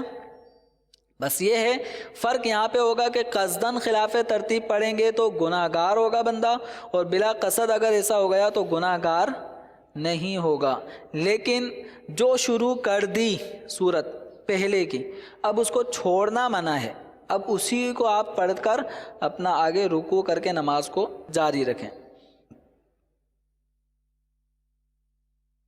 بس اوقات ہمارے ہاں تلاوت ہو رہی ہوتی ہے عام طور پہ قرآن خوانی کے وقت میں، تو ادھر سے بھی اونچی آواز سے قرات ہو رہی ہوتی ہے، ادھر سے بھی کوئی سپارہ پکڑے وہ بھی اونچی آواز سے پڑھ رہا ہوتا ہے، تو یہ مختلف لوگ ایک مجمع میں جب قرآن پاک پڑھ رہے ہوتے ہیں تو اونچی اونچی آواز سے قرات کر رہے ہوتے ہیں۔ تو اونچی آواز سے قرات اسی وقت کی جائے کہ جب آپ کی قرات کوئی سننے والا ہو۔ جب مجمع میں یا تو آپ تنہا ہوں، یا تو آپ تنہا ہیں، تو اب آپ آہستہ پڑھیں یا بلند آواز سے پڑھیں، کوئی مذائقہ نہیں ہے۔ اور اونچی آواز سے پڑھنے میں یہ افضل ہے کہ جب قرآن پاک پڑھا جائے تو اونچی آواز سے پڑھا جائے، کب؟ جب آپ تنہا ہوں۔ لیکن جب آپ کسی مجمع کے اندر پڑھ رہے ہیں، اونچی آواز سے پڑھ رہے ہیں، تو اونچی آواز سے پڑھنا اسی صورت میں جائز ہوگا آپ کے لیے جبکہ آپ کی قرات کو کوئی سننے والا بھی ہو۔ اب میں اپنا سپارہ پڑھ رہا ہوں اونچی آواز سے، کوئی سننے والا نہیں ہے، ادھر جو بیٹھا ہے وہ بھی اونچی آواز سے پڑھ رہا ہے، اس کا بھی کوئی سننے والا نہیں ہے، ادھر بھی جو اونچی آواز سے پڑھ رہا ہے اس کو بھی نہیں کوئی سن رہا، تو یوں مجمع کے اندر اگر سب لوگ پڑھ رہے ہوں اور سبھی پڑھ رہے ہوں، کوئی سن نہ رہا ہو، تو پھر اس صورت میں اونچی آواز سے پڑھنا یہ ناجائز ہے، حرام ہے۔ تو اس لیے حکم یہ ہے کہ اگر مختلف چند افراد اگر قرآن پاک پڑھ رہے ہوں تو اونچی آواز سے ان کا پڑھنا منع ہے۔ آہستہ آواز میں، آہستہ سے مراد اتنی آواز کہ اپنے کانوں تک ان کی آواز پہنچے، اتنی آواز سے ان کو قرات کرنی ہوگی۔ قرآن مجید سننا، جب کوئی قرات کر رہا ہو اور سننے کی غرض سے اگر بیٹھے ہوں تو قرآن پاک کی تلاوت سننا یہ فرض ہے۔ اگر مجمع جیسے آپ سب آئے ہیں اور یہاں مسائل کی جگہ قرآن پاک کی تلاوت کی جا رہی ہوتی اور آپ سب کے آنے کا مقصد قرآن پاک کی تلاوت سننا ہوتا، تو اب اس صورت میں ہر فرد کا، چونکہ اس کی نیت ہی قرآن سننے کی ہوتی، تو جب قرآن سننے کی نیت سے آیا ہے، بغرض سماع سننے کی نیت سے آیا ہے، تو اب اس کے اوپر سننا فرض تھا۔ ایک آدمی جیسے ایسے بیٹھے میں آپ سب، اچانک میں اب قرات شروع کر دوں، اب آپ میں سب کوئی لکھ رہا ہے، کوئی ادھر دیکھ رہا ہے، کوئی ادھر دیکھ رہا ہے، آپ سننے کی غرض سے نہیں بیٹھے ہوں، ٹھیک ہے، آپ قرآن سننے کی غرض سے نہ بیٹھے ہوں، لیکن بس بیٹھے میں ہیں، اب میں نے موقع سے فائدہ اٹھاتے ہوئے میں قرآن پاک زور سے پڑھنا شروع کر دوں، اور آپ کی نیت سننے کی ہے ہی نہیں، آپ کوئی کسی کام میں لگا ہے، کوئی کسی کام میں لگا ہے، تو اب میرا اونچی آواز سے پڑھنا کیا ہے؟ حرام۔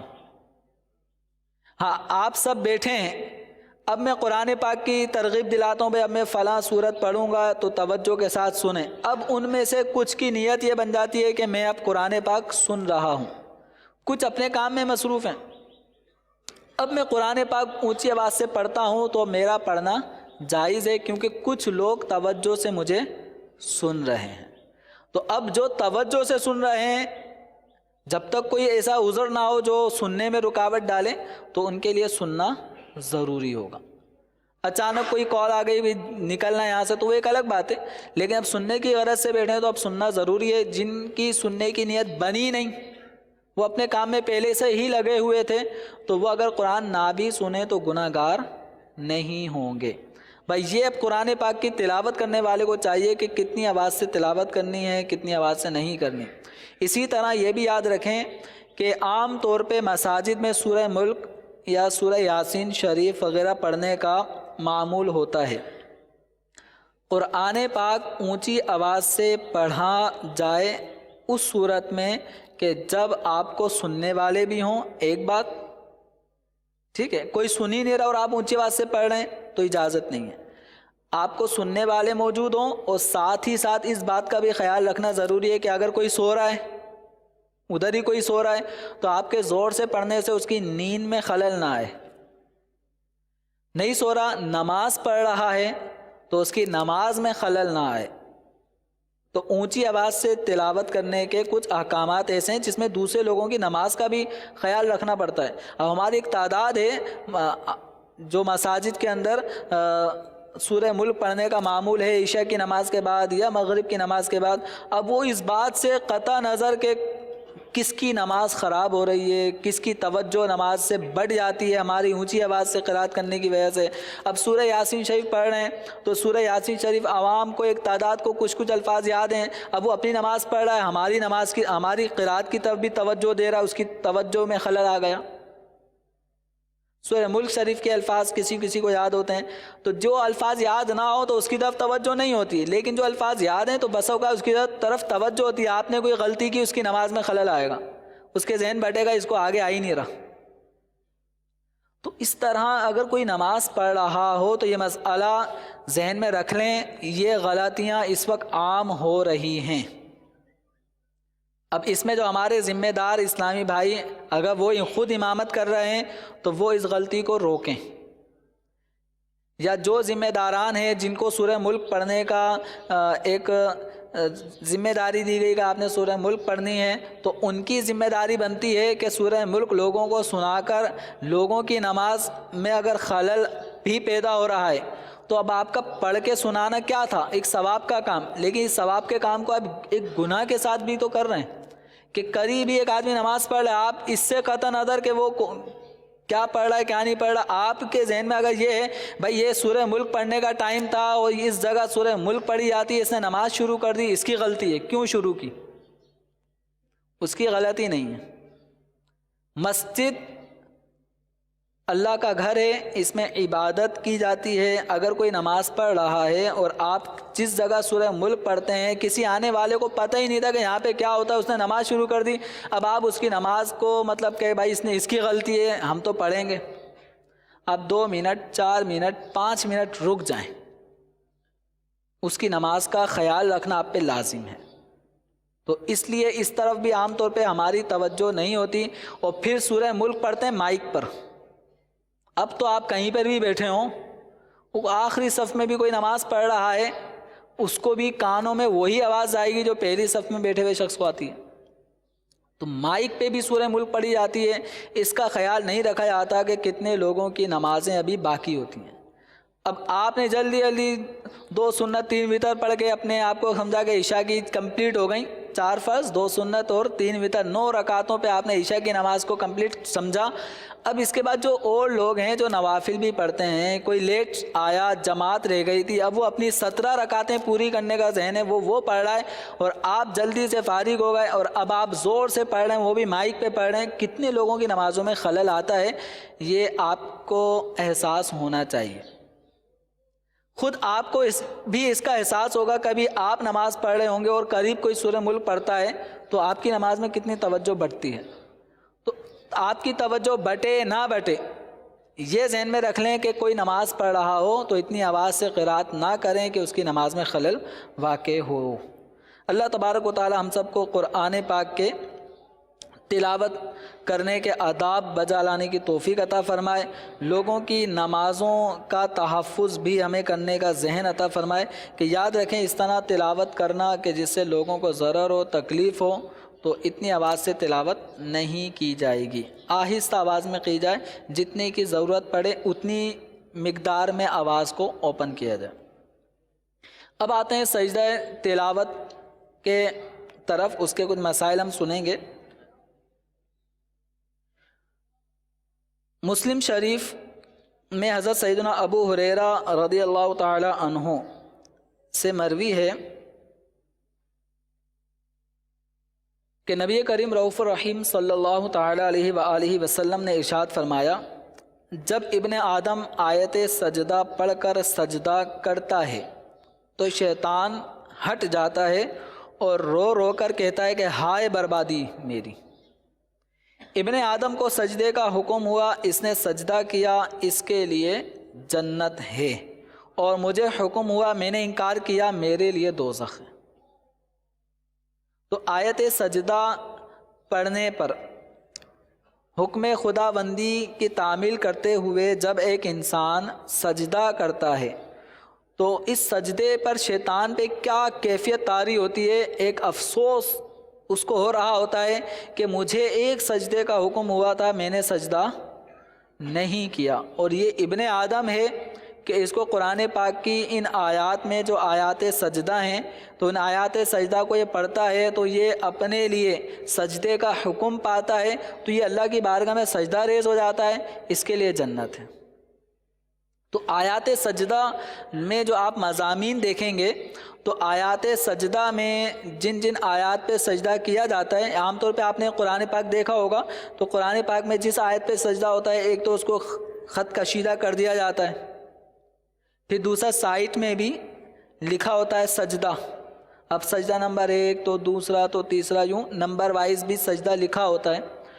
تو جب آیت سجدہ آپ دیکھیں، آیت سجدہ میں سجدہ کرنے کا جو ہمیں حکم ہے، تو کہیں کسی اللہ والے نے سجدہ کیا ہوتا ہے، فرشتوں کا ذکر ہے کہ فرشتے سجدہ کرتے ہیں اور سجدے سے اعراض نہیں کرتے، تو اہل ایمان کو ان آیات میں گویا یہ ترغیب ہے کہ اہل ایمان ان آیات میں فرشتوں کی اتباع میں اللہ کی بارگاہ میں سجدہ کریں۔ کہیں یہ تذکرہ ہوتا ہے کہ سجدے کا باقاعدہ حکم ہوتا ہے کسی آیت میں، تو اس آیت کی تعمیل، اس حکم خداوندی کی تعمیل میں سجدہ کیا جاتا ہے۔ کسی آیت سجدہ کا مضمون ایسا ہوگا کہ اللہ تعالیٰ کے نافرمانوں کو سجدے کا حکم ہوتا ہے اور وہ سجدہ نہیں کرتے، تو اب ایک مسلمان جب اس آیت کو پڑھتا ہے تو مسلمان یہ فرق کرتا ہے کہ ان کو سجدے کا حکم ہوا، انہوں نے سجدہ نہیں کیا، یہ نافرمان ٹھہرے، میں کیوں نافرمانی کروں، میں تو حکم خداوندی پہ سجدہ کروں گا۔ تو آیات سجدہ کے جو مضامین ہیں ان میں کہیں اللہ والوں کی، اللہ کے پیاروں کی سجدہ ریزی کا ذکر ہے کہ وہ اللہ تعالیٰ کے حکم پہ سجدے میں چلے گئے تو ان کی اتباع میں ہم سجدہ کرتے ہیں، کہیں اللہ تعالیٰ کے نافرمانوں کے سجدہ نہ کرنے کا ذکر ہے تو اب ان کی مخالفت کرتے ہوئے ہمیں سجدہ کرنا ہے، اور کہیں سجدہ کرنے کا حکم ہوتا ہے۔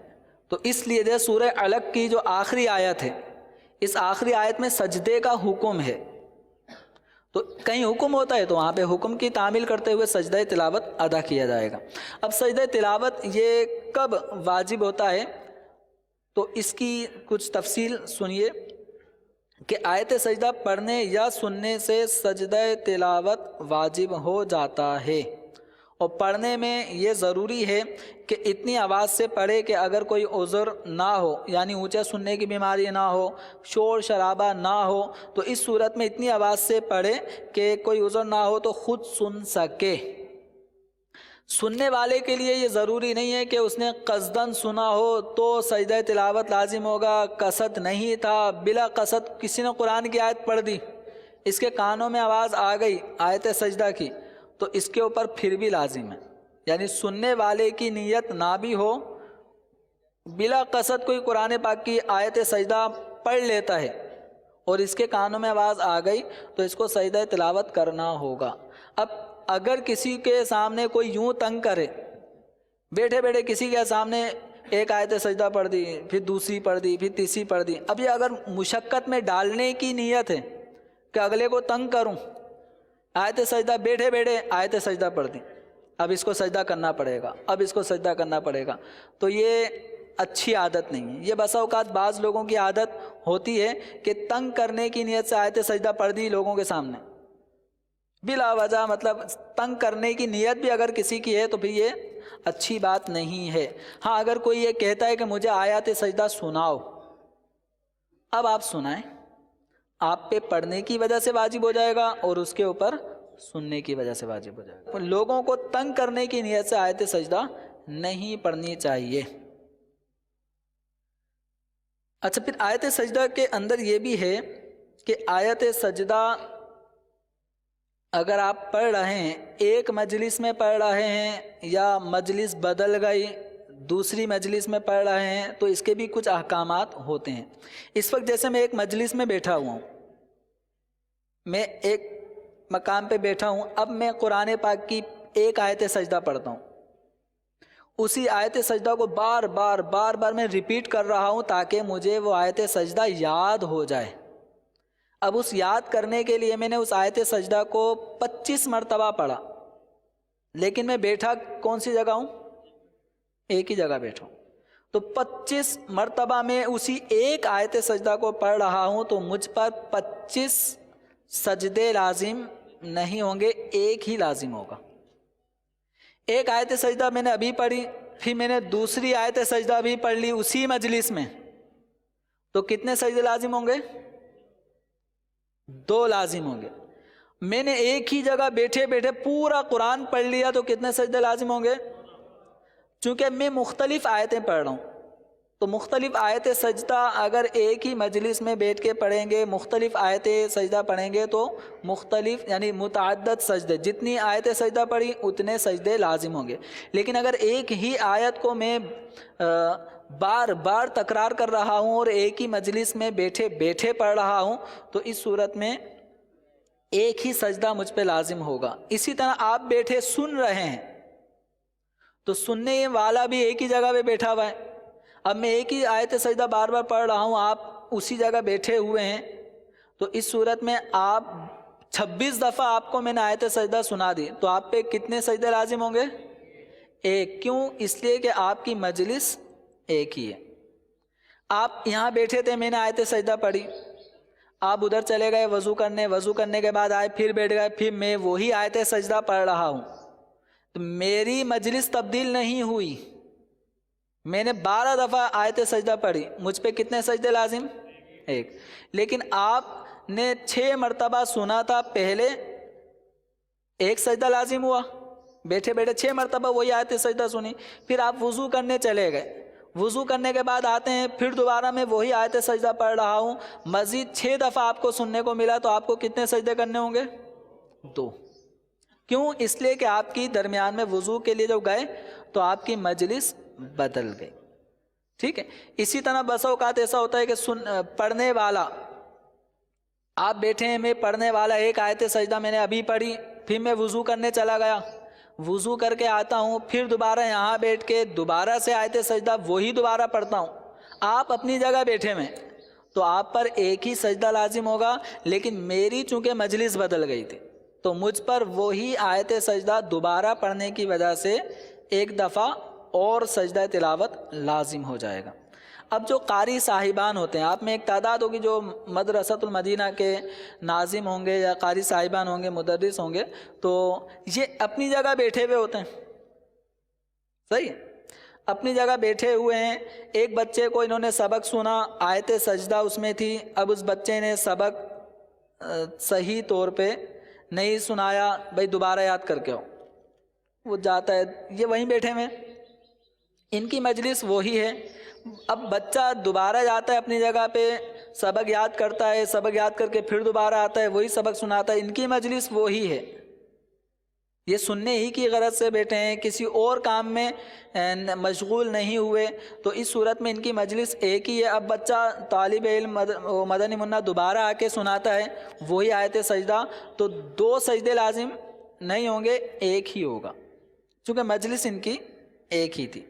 ہاں اگر قاری صاحب کمرے سے باہر چلے جاتے ہیں، ناظم صاحب نے طلب کیا ہے، بلایا ہے، تو ان سے ملنے کے لیے یا کسی بھی کام سے وہ ناظم صاحب کے پاس جاتے ہیں، یا وضو کرنے چلے گئے پھر آتے ہیں، اب وہ بچہ مدنی منا اب دوبارہ سبق سنانے کے لیے آتا ہے، تو ایک دفعہ پہلے سننے کی وجہ سے سجدہ تلاوت لازم ہوا، اب دوبارہ آ کے اس نے وہی آیت سجدہ سبق سنائی تو دوبارہ سجدہ تلاوت لازم ہو جائے گا. اچھا، جب ہم نماز میں نہ ہوں تو اس صورت میں اگر آیت سجدہ پڑھی ہو تو آیت سجدہ اگر نماز کے علاوہ کسی اور مقام پہ آپ نے پڑھی یا سنی، تو ایسی صورت میں اگر آپ کا وضو ہے تو وضو ہونے کی صورت میں تاخیر نہیں کرنی چاہیے، سجدہ تلاوت کی ادائیگی میں تاخیر نہیں کرنی چاہیے. اور اگر نماز کے اندر آیت سجدہ پڑھ لی تو اب واجب ہے کہ فی الفور آیت سجدہ پڑھ کے آپ کو سجدے میں جانا ہے، سجدہ کرنا ہے. اور اگر نماز کے علاوہ اگر آپ نے قرآن پاک کی آیت سجدہ پڑھی یا سنی باوضو ہیں تو پھر بہتر ہے کہ فوری طور پہ کر لیں. اور اگر اس وقت آپ نے نہیں کیا تو اب مستحب یہ ہے کہ اگر کوئی فوری طور پہ آیت سجدہ سن کر سجدہ نہیں کر رہا، کوئی بھی وجہ ہے، تو وہ گناہ گار نہیں ہوتا. لیکن جتنی آیات سجدہ اس نے سنی ہیں، 20 25 50 100 مرتبہ اس نے آیت سجدہ سنی ہیں، تو اتنے سجدے اس کے اوپر لازم ہوں گے، اور مرنے سے پہلے تو ادا کرنے ہی کرنے. ٹھیک ہے، تو اب یہ ہے کہ موت کا کچھ بھروسہ نہیں ہے، کب انسان مر جائے، تو اس طرح اپنے ان واجبات کو جلد از جلد ادا کرنا چاہیے. اب سجدہ تلاوت کا طریقہ کار کیا ہے، کس طرح سے سجدہ تلاوت ادا کیا جاتا ہے؟ وہ تمام شرائط جو نماز کے اندر ملحوظ ہیں کہ آپ کے کپڑے پاک ہوں، آپ باوضو ہوں، آپ قبلہ رو ہوں، آپ کی نیت ہو، تو ان سب چیزوں کا ہونا ضروری ہے. ستر عورت، جو جن اعضاء کو چھپانا نماز میں ضروری، تو سجدہ تلاوت میں بھی ان اعضاء کا چھپانا ضروری ہے. اب سجدہ تلاوت کے اندر یہ شرط نہیں ہے کہ میں نے وہ 9ویں پارے کے اندر جو سجدہ آتا ہے پہلا، یہ میں وہ اعلیٰ سجدہ کر رہا ہوں. اب جو 13ویں سپارے کے اندر جو سجدہ آیا، یہ میں وہ والا سجدہ کر رہا ہوں. یہ 30ویں پارے میں جو 2 سجدے آتے ہیں، ان میں سے یہ پہلا والا اور یہ دوسرا والا. تو کس آیت پہ جو آیت سجدہ ہیں، ان آیات سجدہ کو ملحوظ رکھ کے کہ میں یہ والا وہ والا، یہ لازم نہیں ہے. کاؤنٹنگ پوری کرنا آپ کے اوپر ضروری ہے. اب سجدہ تلاوت کا مسنون طریقہ یہ ہے کہ کھڑے ہو کر آپ قبلہ رو، باوضو، پاک صاف کپڑوں میں، ستر عورت مکمل ہونے کے ساتھ، اب آپ نے یہ ہاتھ نہیں اٹھانے. اس میں سجدہ تلاوت کے لیے جب ہم کھڑے ہو کے سجدے میں جائیں گے تو اس میں ہاتھ نہیں اٹھاتے. آپ کھڑے ہوں اور اللہ اکبر کہتے ہوئے سجدے میں چلے جائیں. تو سجدہ تلاوت جب کیا جاتا ہے تو کتنے سجدے اس میں کرنے ہوتے ہیں؟ 1 یا 2؟ ایک ہی سجدہ کرنا ہوتا ہے. تو آپ کھڑے ہوں گے، اللہ اکبر کہہ کے سجدے میں چلے جائیں، اور کم از کم 3 مرتبہ سبحان ربی الاعلی، سبحان ربی الاعلی، سبحان ربی الاعلی کہہ کر پھر اللہ اکبر کہہ کر کھڑے ہو جائیں. تو 2 مرتبہ آپ نے کیا کہنی ہے؟ تکبیر، اللہ اکبر 2 مرتبہ کہنا ہے، سجدے میں جاتے وقت اور سجدے سے کھڑے ہوتے وقت. تو اب 2 مرتبہ اللہ اکبر کہنا یہ سنت ہے. یہ کیا ہے؟ سنت ہے. وہ کھڑے ہو کر سجدے میں جانا اور سجدہ کرنے کے بعد دوبارہ کھڑا ہو جانا، یہ قیام کرنا مستحب ہے. سجدہ کرنا کیا ہے؟ واجب. لیکن سجدے کے لیے اللہ اکبر کہہ کے سجدے میں جانا اور سجدے سے اٹھتے وقت اللہ اکبر کہنا، یہ 2 مرتبہ اللہ اکبر کہنا یہ سنت ہے. لیکن شروع میں کھڑے ہوں پھر سجدے میں جائیں، پھر سجدہ کرنے کے بعد دوبارہ کھڑے ہوں، تو یہ جو قیام ہے 2 مرتبہ قیام یہ مستحب ہے. تو اب اگر کوئی یوں سجدہ کرتا ہے تو یہ سب سے اچھا طریقہ ہے. بالفرض اگر کوئی کھڑا نہیں ہوتا، بیٹھا ہوا ہے، بیٹھے بیٹھے یاد آ جاتا ہے کہ مجھ پہ مطلب قرآن پاک میں نے پورا کر لیا، 14 سجدے مجھ پہ لازم ہیں، اب بیٹھے بیٹھے وہ اللہ اکبر کہہ کے سجدے میں چلے آتا ہے، تسبیحات پڑھتا ہے، پھر اللہ اکبر کہہ کے بیٹھ جاتا ہے، پھر اللہ اکبر کہہ کے سجدے میں چلے آتا ہے. یوں مطلب اس نے 14 سجدے کر لیے تو اس کے یہ 14 سجدے ادا ہو جائیں گے. اس نے کون سا کام چھوڑا ہے؟ قیام کرنا کیا ہے؟ فرض، واجب، سنت، مستحب ہے. کیا ہے؟ اب یہ ہے کہ بہتر تھا کہ یہ سارے سجدے اس طرح ادا کرتا کہ کھڑا ہوتا پھر سجدے میں جاتا، پھر کھڑا ہوتا پھر سجدے میں جاتا. اس طرح کھڑے ہو کر پھر سجدے میں جانا اور سجدہ کر کے پھر کھڑا ہونا یہ مستحب طریقہ تھا. تو اب یہ مستحب طریقے کے مطابق ادا نہیں ہوا لیکن ادا ہو گئے. اچھا، اب آیت سجدہ جو ہے، آیت سجدہ کے اپنی ایک خاص تاثیر بھی ہے. صدر الشریعہ بدر الطریقہ حضرت علامہ مولانا مفتی امجد علی اعظمی رحمۃ اللہ تعالی علیہ بہار شریعت میں در مختار، غنیت المتملی اور دیگر کتابوں کے حوالے سے یہ لکھتے ہیں، اور امیر اہل سنت دامت برکاتہم العالیہ نے بھی تلاوت کی فضیلت نامی اپنے رسالے میں اس طریقہ کار کو لکھا ہے. تو ایک بہت ہی اہم مقصد اس کے ذریعے بھی حاصل ہو جاتا ہے، وہ یہ ہے کہ جس مقصد کے لیے ایک مجلس میں سجدے کی سب آیتیں پڑھ کے سجدہ کرے، اللہ تعالیٰ اس کا مقصد پورا فرما دے گا.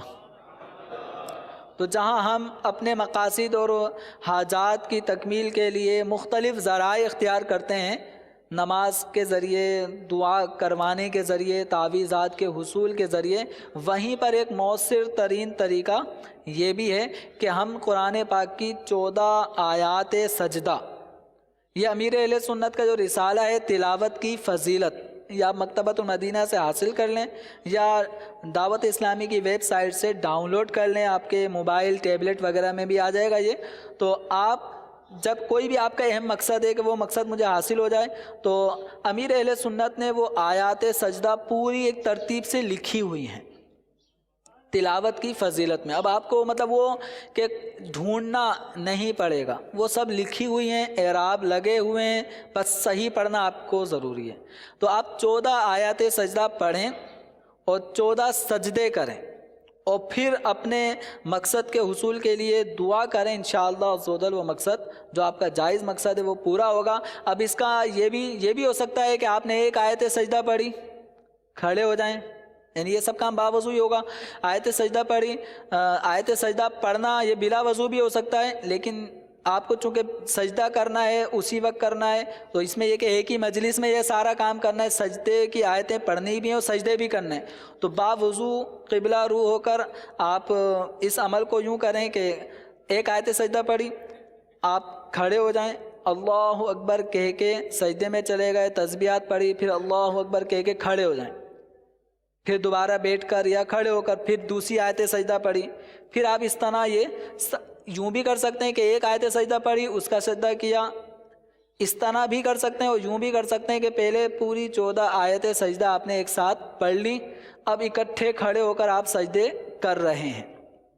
تو اس طرح انشاءاللہ عز و جل اس نیک مقصد کو، کوئی بھی آپ کا نیک مقصد ہے اس کی تکمیل اور حصول کے لیے اگر آپ یہ کام کریں گے تو انشاءاللہ عز و جل اس کی برکتیں حاصل ہوں گی.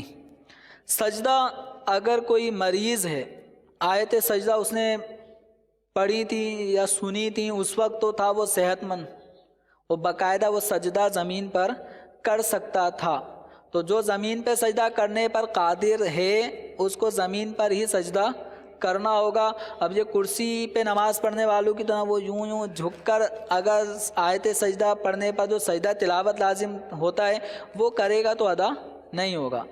ہاں کوئی مریض ہے جس نے ابھی قرآن کی آیت پڑھی ہے یا سنی ہے آیت سجدہ، یا پچھلے سالوں میں کوئی سنی تھیں آیات سجدہ یا پڑھی تھیں اور اس وقت اس نے سجدے نہیں کیے، اب وہ اس اسٹیج پہ آ چکا ہے کہ جوڑوں کا درد تو یہ درد اور وہ درد، تو وہ سجدہ زمین پہ کرنے پہ قادر نہیں ہے، کرسی پر بیٹھا ہے یا ویسے ہی بیٹھا ہے، تو اب وہ اشارہ سجدے کا کرے تو اشارہ کرنے سے بھی سجدہ تلاوت ادا ہو جائے گا۔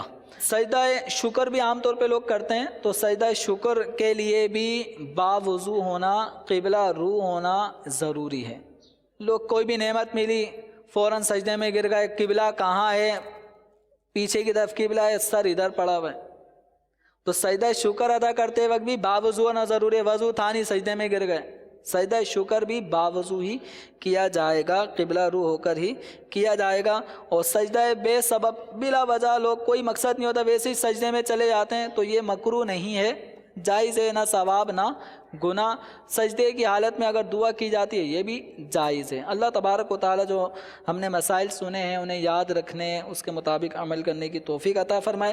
مزید آپ بہار شریعت سے تلاوت کے مسائل، نماز میں بیرون نماز، اسی طرح سجدہ تلاوت کے مسائل، بہت سارے مسائل ہیں جو اس وقت بیان نہیں ہو پائے اور ضروری بھی ہوتے ہیں۔ تو اس وقت فرض علوم کورس میں جو ہم بیٹھے ہیں تو جو کچھ ہمیں سکھایا جا رہا ہے، بتایا جا رہا ہے، تو یہ ذہن میں نہ آئے کہ بس یہ چند باتیں تھیں جن کا جاننا مجھ پہ ضروری تھا بس۔ یہ تو سمجھو آپ کو ایک دروازہ کھلا ہے کہ یہ چیزیں ہیں جن کا جاننا ضروری ہے، اور اس کے علاوہ اور بہت ساری چیزیں ہیں جن کا جاننا ضروری ہے۔ تو اب اس سے متعلقہ جو مواد ہے وہ آپ کو تلاوت کی فضیلت نامی امیر اہل سنت کے رسالے میں مل جائے گا۔ بہار شریعت کے تیسرے اور چوتھے حصے میں آپ کو قرات کے حوالے سے انشاءاللہ معلومات وہاں پہ مزید فراہم ہوگی۔ اللہ تعالی ہم سب کو عمل کی توفیق عطا فرمائے، آمین بجاہ النبی الامین صلی اللہ تعالی علیہ وسلم۔ الحمدللہ رب العالمین والصلاة والسلام علی سید المرسلین، اما بعد فاعوذ باللہ من الشیطان الرجیم، بسم اللہ الرحمن الرحیم، الصلاة والسلام علیک یا رسول اللہ وعلى آلك وأصحابك يا حبيب الله، الصلاة والسلام عليك يا نبي الله وعلى آلك وأصحابك يا نور الله، نويت سنة الاعتكاف۔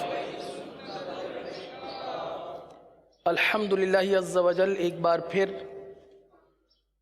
مدنی قاعدے کے سبق نمبر 11 کو پڑھنے کے لیے الحمدللہ ہم جمع ہیں یہاں پر، اور انشاءاللہ آج سبق نمبر 11 کو مزید آگے بڑھا کر مکمل کریں گے۔ قبل اس کے کہ ہم اپنے سبق کی طرف بڑھیں، دینی کتاب یا اسلامی سبق پڑھنے سے قبل دی ہوئی دعا جو مدنی قاعدے کے پہلے صفحے میں موجود ہے، آئیے اسے پڑھ لیتے ہیں۔ صلو علی الحبیب صلی اللہ تعالی علی محمد صلی اللہ تعالی علیہ وسلم، اللہم افتح علینا حکمتک وانشر علینا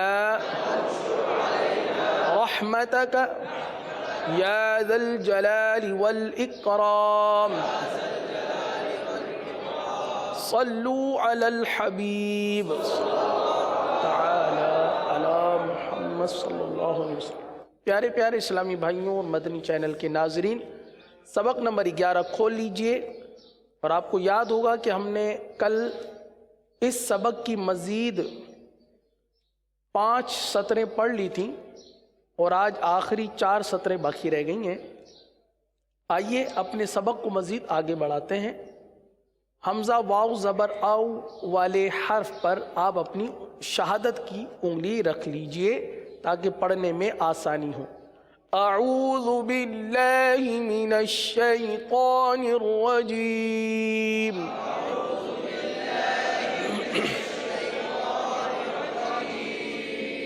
بسم اللہ الرحمن الرحیم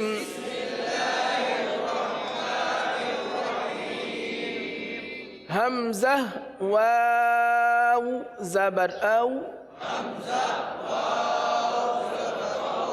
حمزہ واو پیش او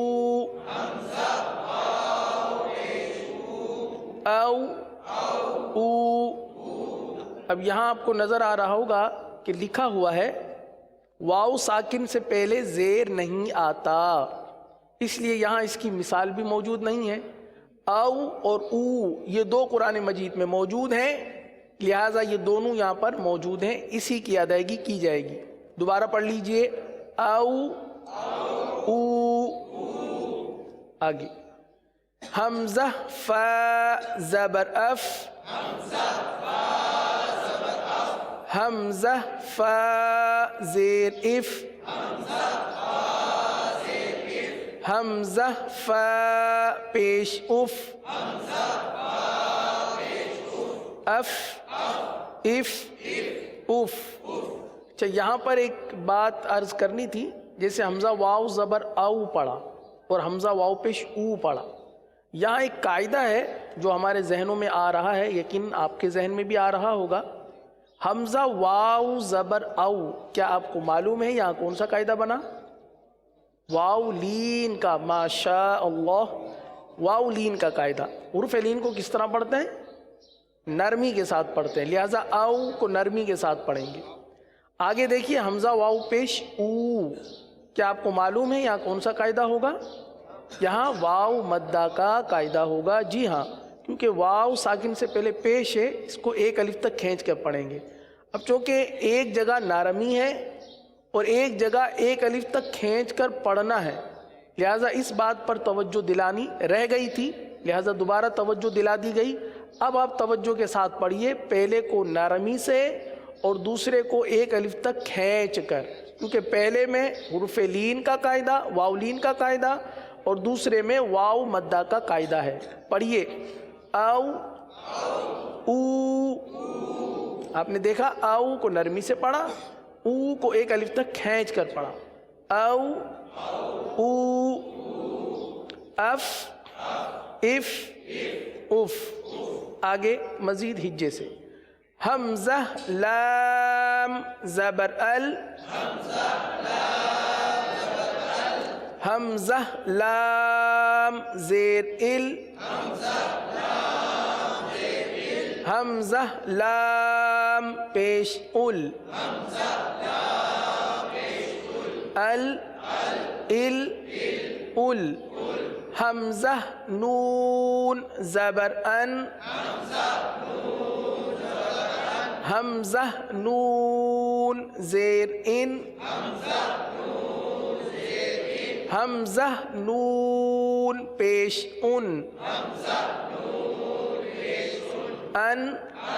ان ان۔ اب یہاں دیکھیے نون ساکن ہے، کیا اس نون ساکن پر گنہ ہوگا؟ نہیں ہوگا، کیونکہ یہ صرف نون ساکن ہے، تو نون ساکن کی جتنی آواز نکلتی ہے اتنی آواز ناک میں جائے گی اور نون ساکن کی آواز نکلے گی، گنہ نہیں ہوگا۔ دوبارہ سن لیجئے، ان ان ان۔ آگے حمزہ را زبر اور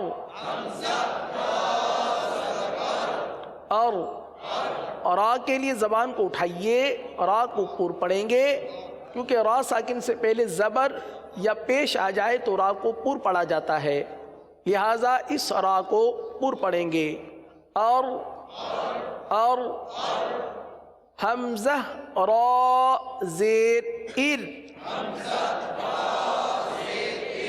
اس را کو، ار والی را کو باریک پڑھیں گے، کیونکہ را ساکن سے پہلے زیر ہے، لہٰذا را کو باریک پڑھیں گے، ار۔ حمزہ را پیش ار،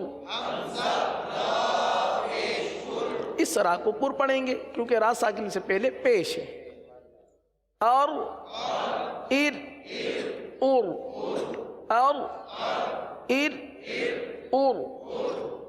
حمزہ جیم زبر اج،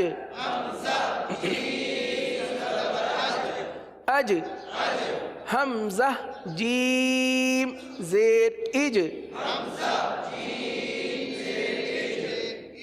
اج، حمزہ جیم پیش اج،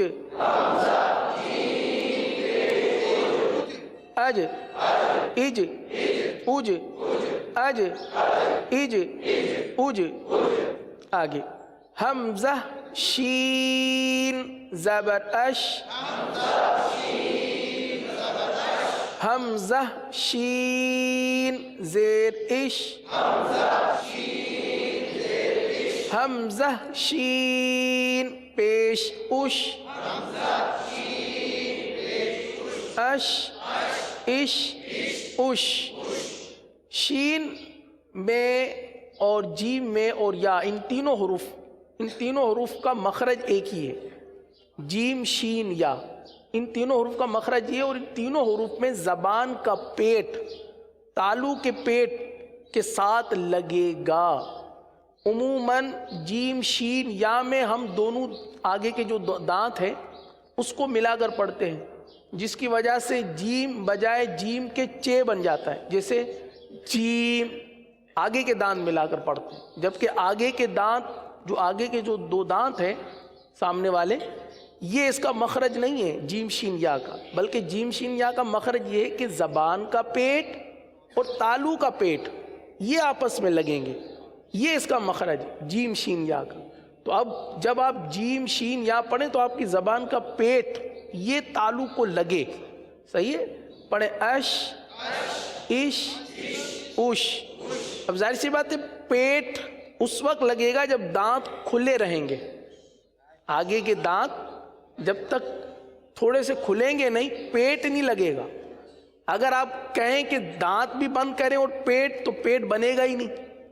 پیٹ بنانے کے لیے سامنے کے جو دو دانت ہیں ان دونوں میں تھوڑا سا فاصلہ رکھنا ہوگا، تبھی آپ کے زبان کا پیٹ اور تالو کا پیٹ یہ آپس میں لگیں گے۔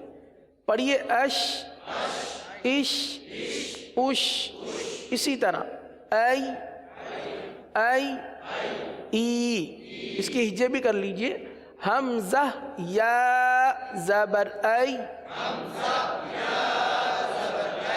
حمزہ یا زیر ای۔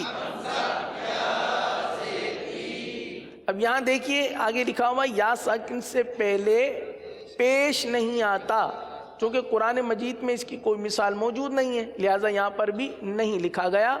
ای، ای یہ دونوں موجود ہے۔ اچھا ای، کیا آپ کو معلوم ہے کہ یہاں پر کون سا قاعدہ بنا؟ جی ہاں، یا ساکن سے پہلے زبر ہے، یا لین کا قاعدہ بنا ہے۔ اسی طرح ای، یہاں پر کون سا قاعدہ بنا؟ یا ساکن سے پہلے زیر ہے، جی ہاں، یا مدہ کا قاعدہ بنا۔ حرف لین کو تو نرمی کے ساتھ پڑھیں گے اور حرف مدہ کو ایک الف تک کھینچ کر۔ ای حرف لین ہے، یا لین ہے، لہذا نرمی کے ساتھ پڑھیں گے۔ کیسے؟ ای، ای۔ اسی طرح ای، یہ یا مدہ ہے، اس کو ایک الف تک کھینچ کے پڑھیں گے۔ ای، ای، ای، ای، ای، ای۔ الحمدللہ عز و جل تختی نمبر 11 ہماری اختتام پذیر ہو گئی، اور یہ وہ تختی تھی میرے پیارے محترم اسلامی بھائیوں، مدنی چینل کے ناظرین، ہم اگر اپنی کسی حرف کا مخرج صحیح کرنا چاہتے ہیں تو اس تختی کے ذریعے ہم اپنے اس مخرج کو درست کر سکتے ہیں آسانی کے ساتھ۔ یہ اتنی اہم تختی ہے، لہٰذا اس تختی کو کبھی فراموش نہیں کریں گے۔ جب بھی ادائیگی میں کمزوری محسوس کریں تو انشاءاللہ تختی نمبر 11 کی مشق کر کے اپنے اس مخرج کو درست کرنے میں کامیاب ہو جائیں گے۔ تو یہ تختی نمبر 11 مخرج کی درستی کا ایک وظیفہ ہے، مخرج کی ادائیگی کی درستی کا ایک وظیفہ ہے، اور اسے بطور وظیفہ پڑھ لیا جائے تو انشاءاللہ مخرج دور ہو جائے گا، ہمارا مخرج درست ہو جائے گا، ادائیگی ہماری درست ہو جائے گی۔ اللہ عز و جل عمل کی توفیق نصیب فرمائے۔ آئیے اب اسی کے ساتھ جو اس کی مشق دی گئی ہے، کہ ساکن حروف کی ادائیگی کس طرح کریں گے، وہ مشق کی تختی، آئیے اسے بھی پڑھتے ہیں اور رواں کے ساتھ پڑھتے ہیں. صحیح ہے؟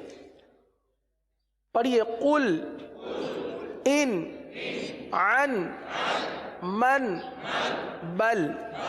اب یہ جتنے بھی یہاں پر ساکن حرف آئے، قل ان عن من بل، اب یہاں پر یہ لکھنے کا مقصد، یہ تختی دینے کا مقصد یہ کہ ہم نے ابھی جو ساکن حروف کی ادائیگی کی ہے، ساکن حروف کی جو ادائیگی کی ہے، اس کی یہاں پر مشق ہو جائے. آئیے اس کو مزید آگے پڑھتے ہیں. لم ام ہم ذق قد استبر. اب صاد کو دیکھیے یہاں پر پڑھیں گے، اس طبیر میں صاد کو پر پڑھیں گے، طا کو پر پڑھیں گے، اور با را بر، را کو باریک پڑھیں گے. یہاں پر استبر استبر مستتر مستتر فاغفر فاغفر اعین اعین. اب دیکھیے تختی نمبر 11 میں ہم نے حمزہ یا حمزہ عین زبر آ کی مشق کی تھی. اب یہاں پر وہ کلمہ دے کر ہمیں یہ بتلایا جا رہا ہے، یہ سکھایا جا رہا ہے کہ ہم آ کو کس طرح استعمال کریں گے. اعین اعین اعنابا اعنابا زجرتن زجرتن. اب یہاں جیم کا قلقلہ ہے اور زا بھی ہے. عموماً جب زا اور جیم کو ملایا جاتا ہے تو جیم کا قلقلہ عموماً چھوڑ دیا جاتا ہے. صحیح نا؟ تو زجرتن نطفتن، تو پر پڑھیں گے، نطفتن، اور تو حرف قلقلہ کا بھی ہے، لہذا اس پہ قلقلہ بھی ہوگا کیونکہ یہ ساکن ہے، قلقلہ کریں گے. نطفتن نطفتن مدہنون مدہنون ابوابا ابوابا فافرق. فا ہے لہذا فا کی ادائیگی کو واضح کیجئے. فافرق یقرض یقرض. اب یہاں قاف پر قلقلہ کریں گے، را کو تو باریک پڑھیں گے لیکن ضاد کو پر پڑھیں گے. یقرض یغنی یغنی تو غلط ہو جائے گا نا، یعنی غین کے بجائے ہم نے گاف پڑھ لیا اور گاف اور دوسرا اس کے اندر قلقلہ بھی کر دیا یغنی، تو یہ قلقلہ ہو گیا. تو غین میں قلقلہ نہیں ہوتا اور غین کو گاف کی طرح نہیں پڑھتے. یغنی جیسے حمزہ غین پیش اوغ، تختی نمبر 11 میں حمزہ غین پیش اوغ کی آپ نے مشق کی تھی، اوغ اوغ. تو یہاں پر یغنی کی ادائیگی ویسی کریں گے جیسے اوغ کی ادائیگی کی تھی. یغنی یغنی تجری تجری جمعا جمعا فتح فتح. اب یہاں پر بھی دیکھیے تا ہے، صحیح ہے، قلقلہ نہ ہو. فتح مؤمنین، حمزہ ساکنہ پر جھٹکا دیں گے لہذا یہاں پر جھٹکا دیا جائے گا. مؤمنین مؤمنون یؤمنون مؤصدۃ مؤصدۃ، صاد کو پر پڑھیں گے. مؤصدۃ اقرأ اقرأ. آخر میں بھی جھٹکا، آخر میں جھٹکا ہوگا. شروع میں قاف ساکن کا قلقلہ اسے بھی واضح کرنا ہے. اقرأ اقرأ اقرأ شأن کأسا بئس. آخر میں سین زبر سا پر جھٹکا نہیں ہوگا، بئس یشأ نشأ اسم یبحث احیا اخرى خا پر پڑھیں گے اخرى اذهب لال کو واضح کریں گے با پر کلکلا کریں گے اذهب اذهب اشدد دد اشدد ارکب با پر کلکلا کریں گے ارکب حشرت را کو پر پڑھیں گے حشرت نشرت احضرت ہا واضح کیجئے احضرت قمست قمست فرجت نصفت یظلمون یظہر یظہر اصبر بینکم بینہم فضلک دیکھیں فضلی کا تو غلط ہو گیا نا فضلی کا یہ ضاد کے بجائے ہم نے ضاد پڑھ دیا اس کو نہ اس کو ضاد پڑھیں گے نہ اس کو دواد پڑھیں گے بلکہ ضاد پڑھیں گے ضاد زبان کی کروٹ اوپر کے داڑوں کی جڑ سے یہ ضاد کی ادائیگی ہوتی ہے صحیح ہے فضلک فضلک علیہم اعمالہم اعمالکم ایدیہم یستبدل یستبدل یستفتحون یستفتحون الحمدللہ عز و جل تختی نمبر 11 اور اس کی مشق بھی ہم ختم کرنے میں کامیاب ہو گئے انشاءاللہ مزید کل سبق آگے بڑھائیں گے آئیے اب ہم اپنے نماز کے اذکار میں دعائے قنوت جو کہ آدھی پڑھ چکے تھے اسے آج مکمل کرنے کی کوشش کرتے ہیں صلو علی الحبیب صلی اللہ علی محمد صلی اللہ تعالی علیہ وسلم پہلے دعائے قنوت کا پچھلا حصہ جو ہم پڑھ چکے تھے اسے دہرا لیتے ہیں پڑھیے اللہم انا نستعینک اللہم انا نستعینک ونستغفرک ونؤمن بک ونستغفرك ونؤمن بك ونتوكل عليك ونثني عليك الخير ونتوكل عليك ونثني عليك الخير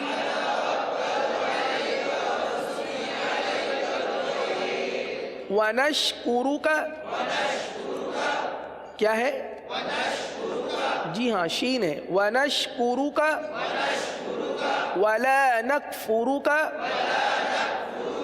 ونخلع کیا ہے یہ جی عین کو واضح کریں گے ونخلع ونخلع ونترک ونترک کیا پڑھیں گے جی ہاں تا ہے وَنَتْرُكُ مَنْ يَفْجُرُكُ کیا ہے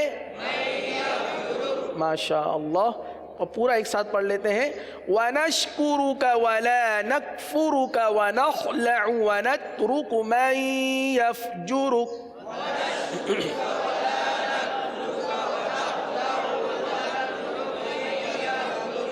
وَنَتْرُكُ مَنْ يَفْجُرُكُ آگے اللہم إِيَّاكَ نَعْبُدُ اللہم إِيَّاكَ نَعْبُدُ وَلَكَ نُصَلِّي وَلَكَ نُصَلِّي ونسجد وإليك دال پر پیش دال کو کھینچیں گے نہیں. وَنَسْجُدُ وَإِلَيْكَ اللهم إياك نعبد ولك نصلي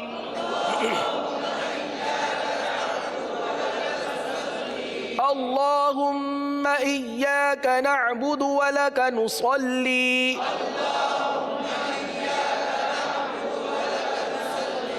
ونسجد وإليك نسعى ونحفد ونرجو رحمتك ونخشى عذابك إن عذابك بالكفار ملحق. اب دو کلمے ایک ساتھ. وَنَسْجُدُ وَإِلَيْكَ نسعى ونحفظ ونرجو رحمتك ونخشى عذابك إن عذابك بالكفار ملحق. ایک مرتبہ پھر. اللهم إياك نعبد ولك نصلي ونسجد ولك نصلي ونسجد وإليك نسعى ونحفد ونرجو رحمتك ونخشى عذابك إن عذابك بالکفار ملحق. الحمدللہ عز و جل دعائے قنوت ہم نے مکمل پڑھ لی ہے، اس کی ادائیگی کر لی ہے. اب جیسی ادائیگی کی ہے ویسی انشاءاللہ یاد کرنے کی بھی کوشش کریں گے تاکہ ہمیں جو یاد ہو تو وہ درست یاد ہو، غلط یاد نہ ہو. یاد رکھیے میرے پیارے محترم اسلامی بھائیوں اور مدنی چینل کے ناظرین، دیکھ کر پڑھنا اور پھر جیسا پڑھا یعنی درست ادائیگی والا، جیسا پڑھا درست ادائیگی والا ویسا ذہن میں بٹھانا، یاد کرنا، یہ بہت ضروری ہے. کیونکہ اگر ہم نے غلط یاد کیا، غلط رٹا تو غلط ہمیشہ ذہن میں رہ جائے گا اور پھر ہمیشہ معاذ اللہ غلط ہی پڑھتے رہیں گے. لہٰذا درست پڑھنے کی عادت ڈالیے اور دیکھ کر درست پڑھیے اور اسی کو یاد کیجئے. اللہ تعالی ہمارے لیے یاد کرنا آسان فرمائے. تلفظ کی درستی کے حوالے سے روزانہ ایک ذکر ہم لیتے ہیں. آج جو ذکر لیں گے وہ ہے ما شاء اللہ. 3 مرتبہ دوہرا لیجئے. ما شاء اللہ، ما شاء اللہ، ما شاء اللہ، ما شاء اللہ. کیسے کہیں گے؟ ما شاء اللہ، ما شاء اللہ. اللہ تعالی ہم سب کا پڑھنا اپنی بارگاہ میں قبول فرمائے. مجلس کے اختتام کی دعا پڑھ لیجیے. الصلاۃ والسلام علیک یا رسول اللہ وعلی آلک واصحابک یا حبیب اللہ. سبحانک اللہم وبحمدک اشہد ان لا الہ الا انت استغفرک واتوب الیک. سبحانک اللہم وبحمدک اشہد ان لا الہ الا انت استغفرک واتوب الیک. سبحانک اللہم وبحمدک اشہد ان لا الہ الا انت أستغفرك وأتوب إليك. الصلاة والسلام عليك يا نبي الله وعلى آلك وأصحابك يا نور الله. صلوا على الحبيب صلی اللہ علیہ وسلم. گزارے کیسے زندگی، آؤ علماء سے پوچھ لیں. آئے جو مشکل پیش کوئی، آؤ علماء سے پوچھ لیں.